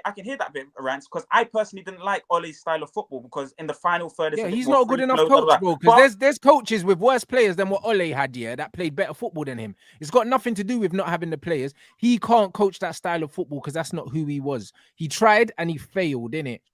You would argue Ole's football is actually better than Ten Hag's football. You would argue, Marcel, that Ole's football is actually more better. Well, if you look at it, we scored more goals. You know what I mean? We actually had McKenna and Carrick coach at one point. It was more effective for the players we had. But there you go. It's more effective, but it's not better. But that's also a sign of good management, understanding what your team's about and working effectively with it. What's Ten Hag doing it? He's actually playing against us. He done the opposite thing. He set up a team in a way that he knew that we couldn't play. Watched us get slapped, and then we've got players coming out. Dallo said injuries aren't an excuse, and there was another player said, "Oh, we're leaving too much." No, but he said it. He also said in that same sentence, it's a reality. Another was it? It might have been Dallo as well. One of our players come out and said, "Oh, we're leaving too much space in the midfield." But hold on, but that's what the players are saying that. But that's what our manager told us to do. So that means the players don't even agree with the football that we're fucking playing, and we can see they don't agree with it. We're getting slapped. Rants. That presser that I'm talking about, bro. They're leaving gaps in the midfield, but I'm telling you that presser, they ask him like, why is that? Bro, I know why he does it. I've seen a video. I've seen a video with Ruud Gullit, where he sits down and he says he's doing it on purpose, bro. I understand his philosophy. He wants to leave that gap on purpose, but the point is, it's a shit philosophy. Even Gullit said this is not right. There's not enough people in the midfield. The midfield is where games are won and lost. It's a risky style of play. If you get hit in the transition, you're getting hurt. And he said that. So that's why I feel like risks, he needs there's calculated risks in there to there's operate calculated risks, and then there's that could be a stupidity, bro. That football doesn't work at the top level, period. It doesn't work. Because Tyrone, one thing you're forgetting is there's not many six. There's only about 3 6ers in the world that can occupy. So that's basically, you know what it is with Ten Hag, for me? He always seems like he's keeping an excuse there for him to spin on us. It always seems that, because if he keeps it, if there's 3 6ers in the world that can do it, let's say it's De Jong, Tuchemani, and somebody else. Let's just say it's 3, 4, 5 maybe, and he goes, well, I ain't got the guy yet. Well, I ain't got the guy yet. Well, I ain't got. It's the player's fault this week. It's this fault this week. And I don't want that mindset, man. I want someone that actually, if they mess up, just say you messed up. I'd appreciate it more. You get me? I tried to do. You know, like Nuruddin. You know, like you say. I tried Nuruddin. I want to win and lose games the right way. That's what I'm saying, Nuruddin. Because there is a way to lose matches. That's the thing. Is like people get it mixed up and get it misunderstood. Where it's like, yes, you will be disappointed and annoyed about results, but also performances. Like if we would have lost the cup final, yes, I'd be disappointed. But we hit the bar twice, so we missed the chance. I would have taken that. The setup and the performance was correct. There's like you just said there. There's a way to lose football matches. You can, and that's why I'm not hearing injuries. That's why I'm not hearing about the quality of the players, because there's teams who are worse than them. Where's your bravery to go for it? Exactly, and still set up in a way not to absolutely get battered. You can be compact. You can have the 11 worst players in the world and still be compact and still attempt to be tough to beat. What are we doing here? excuses. Who are these players? I agree. Adapted way too late. Take out Martinez and Shaw. Who were these players that were injured that were so crucial to what we were doing? Who were the others? It's just Martinez because we can't play out the back without him because apparently one player dictates the whole fucking system. Martinez is absolutely Martinez. Because he can't fucking coach. Yeah, so do you know what I'm saying? De Zerbi can play out the back here with Dunk, but we can't play out the back without Lisandro. That's what I'm saying. It's crazy. And this is what I'm asking in regards to when people keep using this injuries excuse, and I heard it all season long. I let it slide until we got to the end of the season. Martinez, Shaw, who else? Who were these players? This is my comeback to it. It's not about how many injuries, it's about the players that are injured. For me, Luke Shaw was very, very good last season in his first year. That Shaw, Boto, Carlos, all that sort of things that get rung about and that. When Luke Shaw was fully fit, he was going, no, you have to put your hands up. So I'm just going to say, it's not about numbers. It's about the importance one. That's me saying one. And I'm going to say Shaw and Martinez. For me, the left side of the pitch, the two cogs that have been so vital. We've had different partnerships there. We've had Wan-Bissaka, we've had Evans, we've had Maguire, we've had Lindelof. We haven't had Malacia there this season. The balance on the left-hand side of the pitch and where we were very successful in building up last year has not been there. And I feel like Luke Shaw is very comfortable technically wise to pass through the lines, do his role, what Ten Hag has always said he's wanted him to do. And Martinez is Martinez. He's a very solid defender. He's got the aggression, he's got the mentality, and he passes through the lines like Pep said, probably the best in the world in central defense. It does. Tyrone, please, Tyrone, I beg you, don't. But I'm not here screaming. We've had 64 injuries. What I'm saying is, if we want to build, Nuruddin, I'm gonna let you come in. What I'm saying is, what I'm saying is, not about the number of injuries. Let him land this point. Go on, Tyrone. I'm just talking about the importance of the two players that were injured, and in the build up from last year as well, our back four was the most solid thing. I hear that. The two go hand in hand. That's why I said Martinez and Shaw. Outside of those two, there's no one else. So we're saying those two players being missing has caused us to capitulate defensively and also has caused us to capitulate from a midfield standpoint. I think he should have played a pivot and adapted. So both midfield defensively and progressing the ball forward, and also caused our attack to be even worse this season. So two players. So all that money we've spent, all the players we have in this squad, you take out Martinez and Shaw, and we capitulate in the manner in which we have. Two players.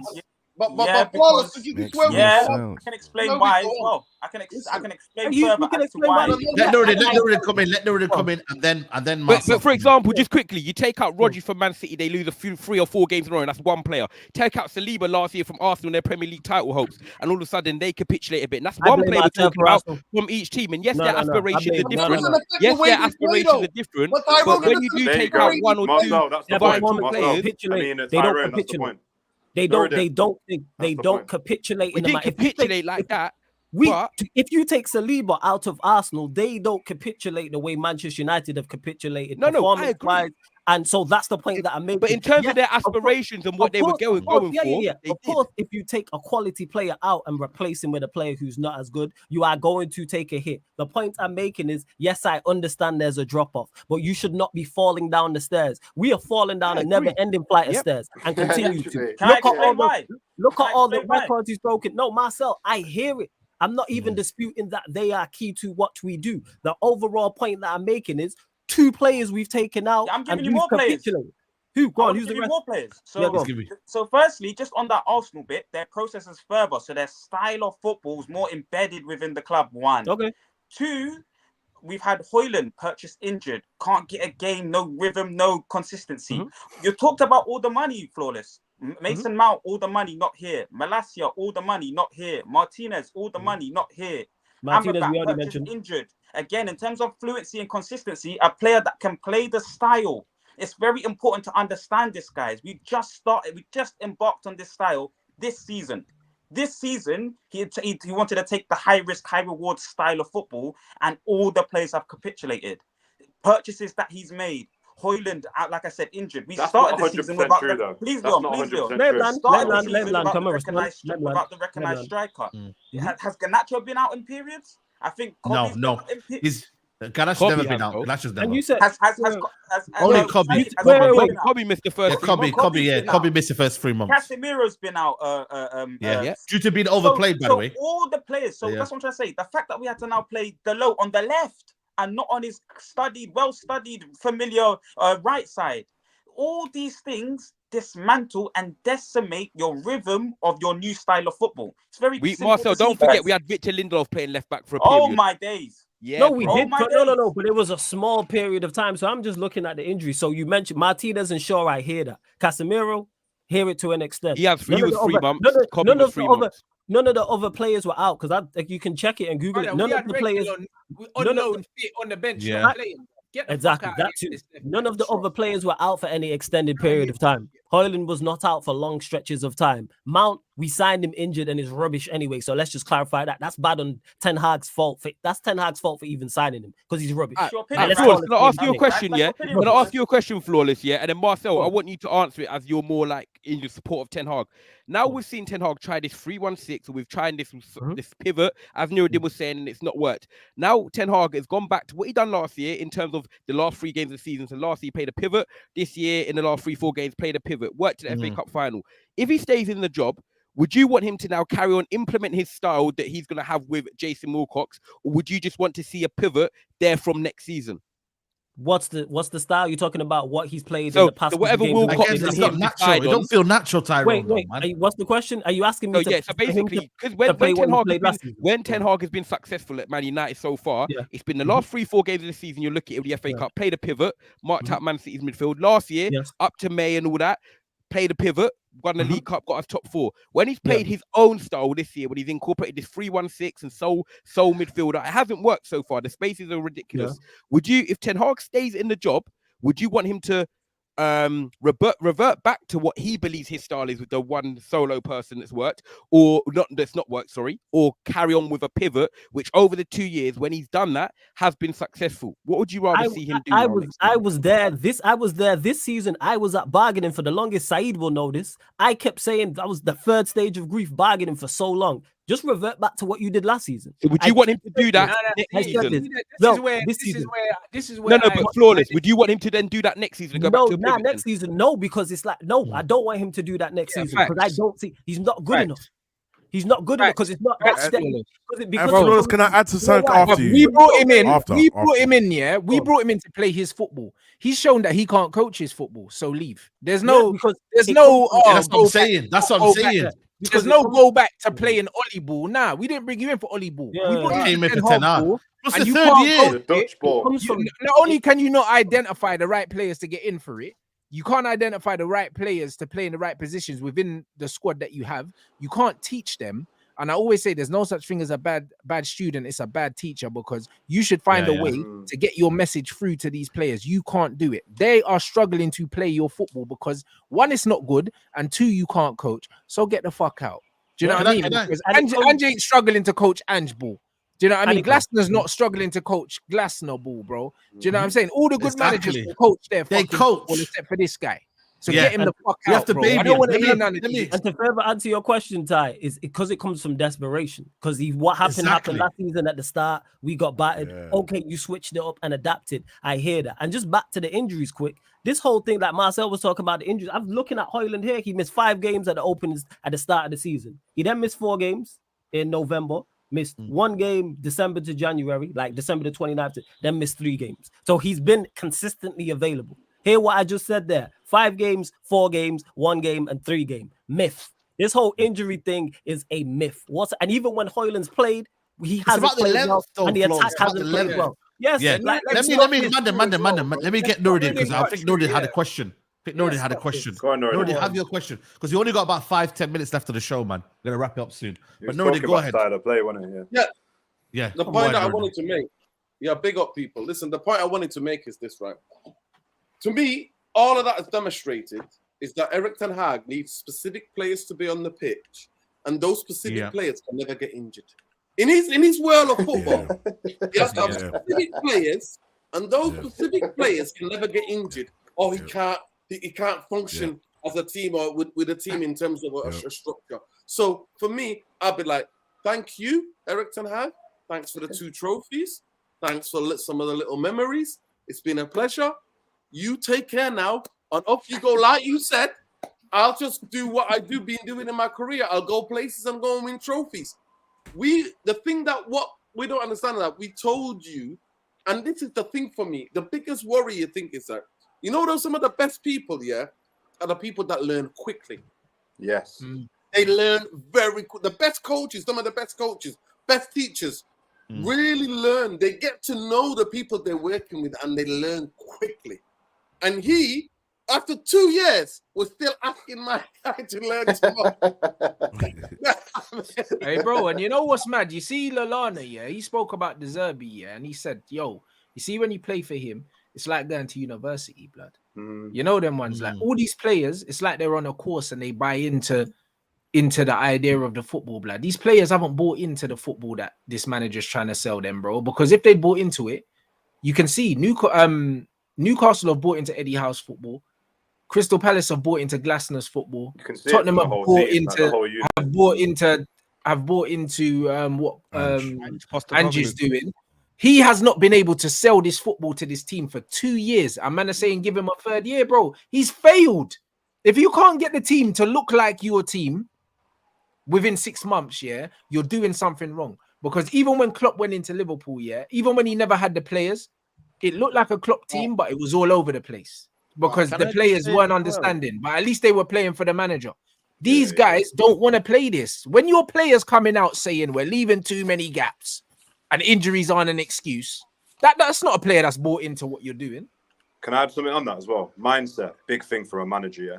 You gotta think, right? 2 different mindsets, yeah? If I'm Ten Hag right now, I'm playing my style of football and I'm playing it with the players that I'm missing. Do you know why? Because then I go back to the board and I say, you've not given me I need a bit more. Like I've had to play. I've got one striker. I had to put Harry Maguire up front for one game or Scott McTominay for one game just to get by. Do you know what I'm saying? When Jose was playing Fellaini up front and stuff like that. And it's like, but the mindset of I haven't got rather than I will make do with what I have got is the difference. I think when we are a lot of us are talking on here, obviously everyone's got their own view. Marcel and Ty, I think what I want you to understand about me is that I understand about everything that Ten Hag says to me about injuries and stuff. I know what he's trying to do.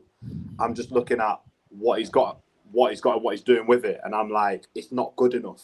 Because I know that if I give somebody else these tools, they're going to make something better. I just know it. Yep. Can I just say something as well? Yeah, fast coming. Yeah, go on. Yeah. Let's not try to rewrite history and let's not forget what we suffered this season. It only takes a little bit of jogging of memory, right? There were certain games. Is someone speaking? I don't know if Leon is. No, Leon's cut out, man. There was certain games where Eric Ten Hag had about 60-70% of the starting lineup his own players. Let's not forget his own players were rotting on the bench. Let's not forget his own player, after he got suspended, Anthony, he still couldn't get him firing in the Premier League. That's his own player that he found from the corners of footballing world, brought him to Ajax and made him work and whatever. So these things, Man United fans, you know, these Eric Ten Hag inners, they're victims. You lot are victims and have victim mindset.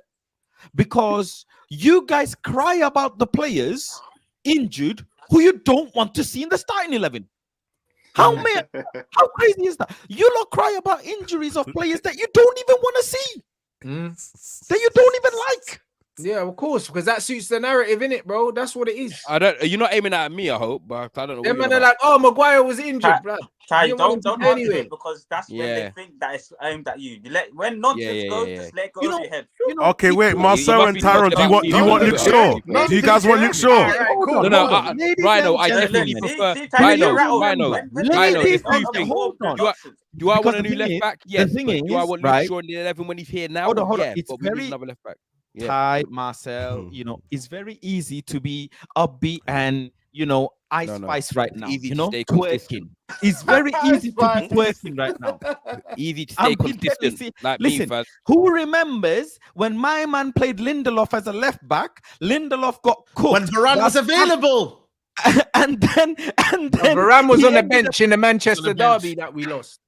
Fit. He said he couldn't play left centre back. Come on, man. He said the angles. He said he can't play on the left, and then they dropped the stats saying that Varane's the most two-footed player in the league, blood.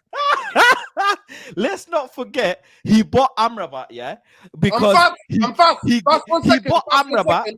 And let's not talk about what happened in the cup final, by the way. All of a sudden, he was good in the warm-up, but Casemiro mysteriously gets injured in the what? In the dressing room. Yeah. And it's not crazy. even part of the squad. How mad, in yeah? the dressing room. He this guy is such an idiot. He buys players based on I give the player my word. He gave Amrabat his word, so he has to sign him. Signed Amrabat, and then the first press conference he says Amrabat can play left back. Amrabat got cooked in left back. Absolutely obliterated. I think it was something like that. Yeah. Shred to pieces in left back. Galatasaray have never won on English soil, bro. They took our flags, our chairs, you know, all of the stuff in the stadium. They tore it apart. They tore it apart. The thing is, you all saw Man United this season. You all witnessed the massacre this season, but because of one particular game, that you lot want to jump ship. And the crazy thing is, it's not that we like the cycle, Marcel. It's not that we like the pain. It's that you're scared. That's what the thing is. Me and Saeed and Rance and Nurdin, guess what? We're scared.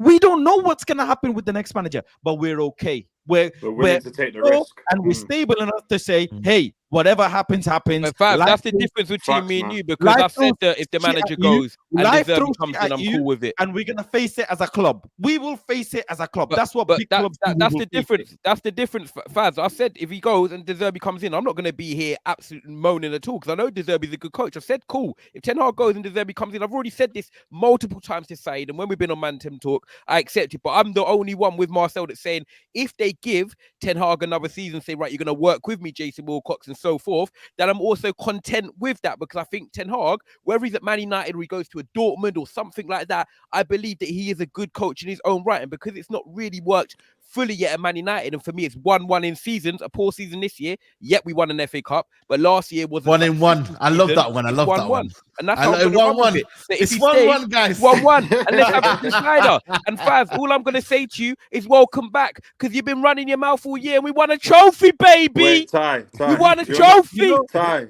Yeah, Ty. So enjoy it. Like I said, let me ask you another question.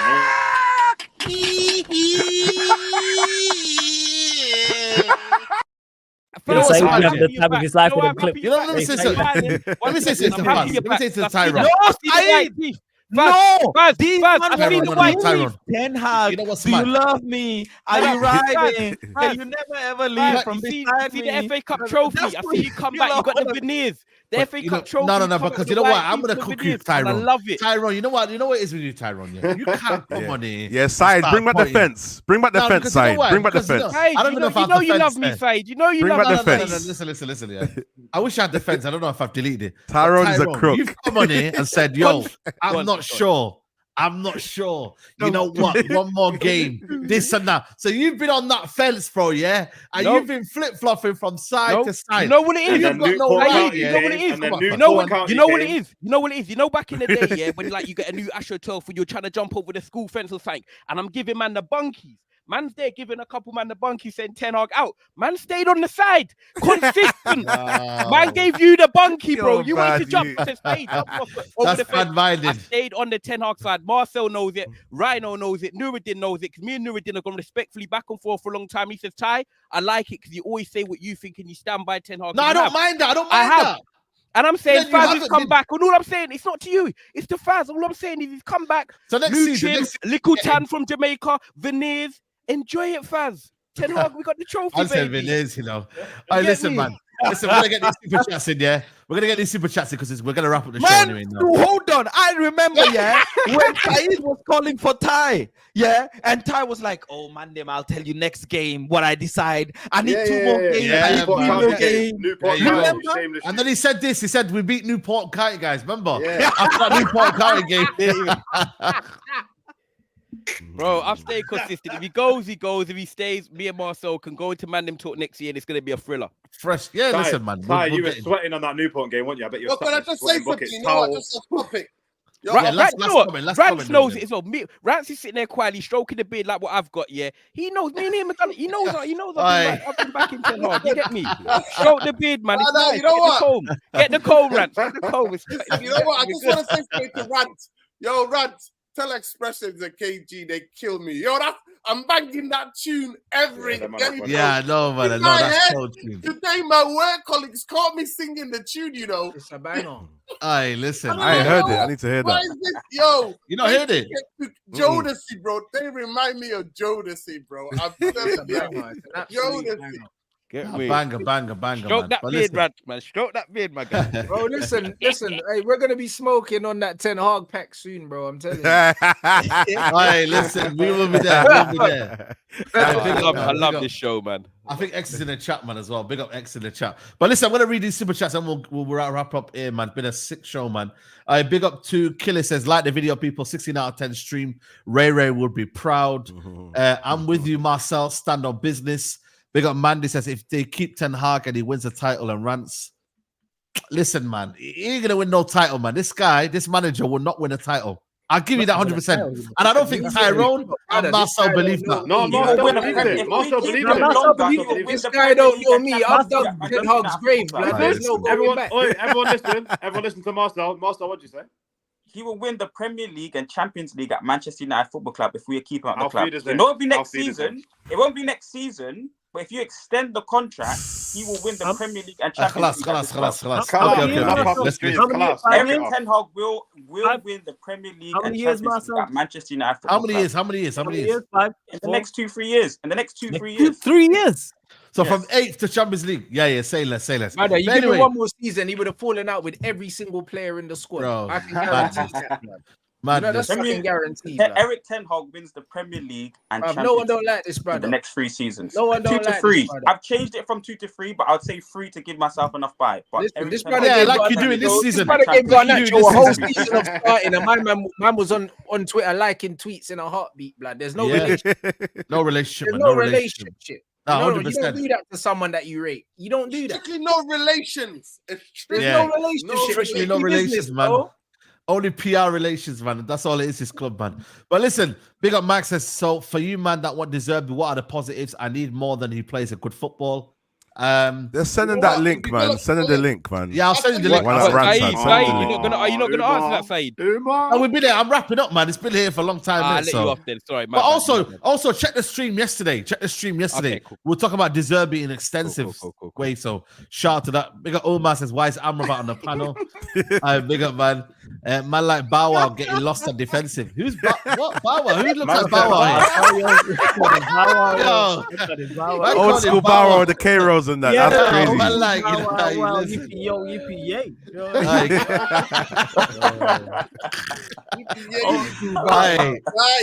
Big up. Adiwala says, we finished above Chelsea, Newcastle, Liverpool, Aston Villa last season and with a trophy. What is this guy talking about? We regress, my guy.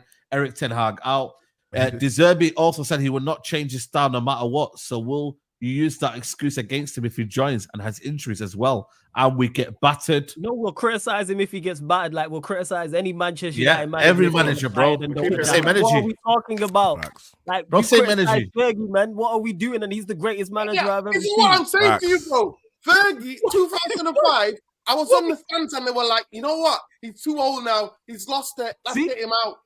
Talk about it. I tell people that Norridin, like that didn't happen. You know what I'm saying? Like people didn't want him out at various points when United was struggling, and now we backing this guy because he's won 2 domestic cups. Bro, you see the goal, you know? What is going on? This is mad. Big up to Miki says, you guys got to realize since the season was so bad that as long as he does a little bit better next year, like 6 or 7, people say he's improved. Standards are on the floor. This is what I'm saying, man. Exactly, bro. You know what I mean? But we finish, a position above. Like, come on, man. Civi says, Sir Jim wants even Ronald McDonald over Ten Hag. He should have some dignity and leave. Did you see how close he was with him? It's not good enough. Yeah, I know. I've seen it. The energy was different from between him and Ten Hag. 100%. Did you see how he gave Pep the hugs? Hug. I know. Because he appreciates him, innit? That's all it is, man. Renwell says you You can't sack Ten Hag. He never got the dog he was looking for when Arteta got win. Phase 2, trust the process. Abdullah says 0 style of play, 0 discipline, 0 consistency. Everything that a coach is supposed to bring is not there. Eric Ten Hag doesn't survive any other big club in Europe. Facts. And yeah, the difference is you like to sit on the fence, Ty. There you go. Kimmich says that, man. But listen, people, we're going to wrap up here, man. This has been an amazing show, man. This is what the Mandem Talk's all about. Different opinion. You get what I'm trying to say? Big up everyone who's here, joining us. 2.5K still here. You know what I mean? What a show, man. What a show, guys, man. Come honestly. on, Sancho! Yeah. Good luck to Sancho. Video, man. Make sure you do that, people. Costs nothing, man. Big up, Saeed. Yeah, man. Martial pillow, man. What are you going to do with that pillow, man? What are you going to do with it? Bro, keep it, man. You know what I'm saying? Of course. Can I be honest, Ty? What? Because your brethren moves out of ends. You're not brethren with him no more. I'll be honest, Ty. I miss Martial already, man. I know. Yeah, I know. Thanks for the memories, man. People don't realize how good he was.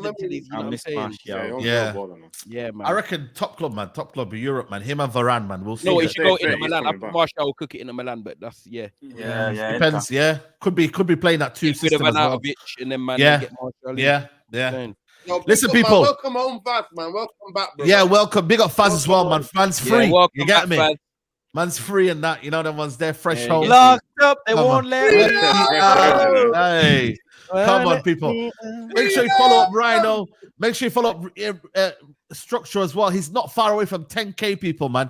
Get him to 10K, man. Honestly. Mr. Structure, United Real Therapy on YouTube, people. We're shadow ban, but yeah, man. Come on, man. Palestine. Always. Zionists, man. Always, man. So people, make sure you follow up United Real Therapy. Make sure you follow up Trafford Tunnel, Never a Foul, Planet Vaz. Planet Vaz on YouTube. Marcel soon to be YouTube channel. You know the ones there for all the latest propaganda. Yeah, man. He's gonna get a YouTube channel soon. Come on. We might need Marcel said all the latest propaganda. Let us know seriously. Hey, Marcel. Yo, come on, there you go. I'm telling you now. Yo, Marcel, it's the right time right now, bro. It's the right time, bro. Yeah, there you go. I don't even, Marcel, I don't even think you should do YouTube. I think you should get into politics. You know, the environment. You know, general elections a couple of months away. General election, bro. Aye, man.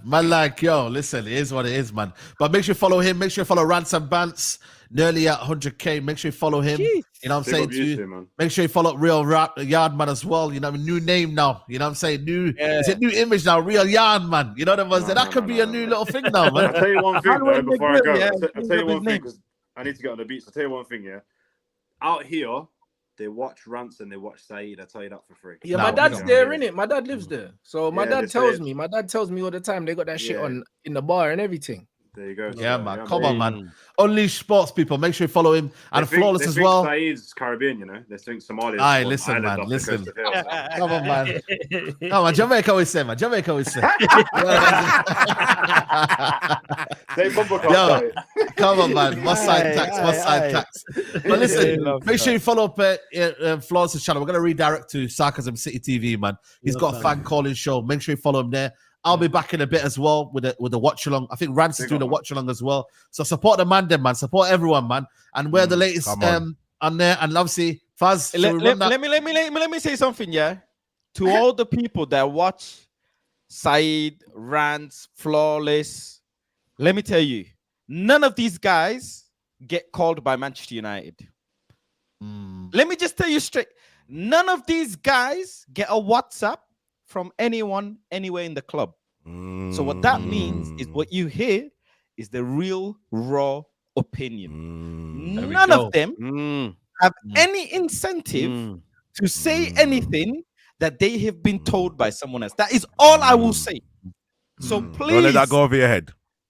There we go. You're trying to ban me from filming outside.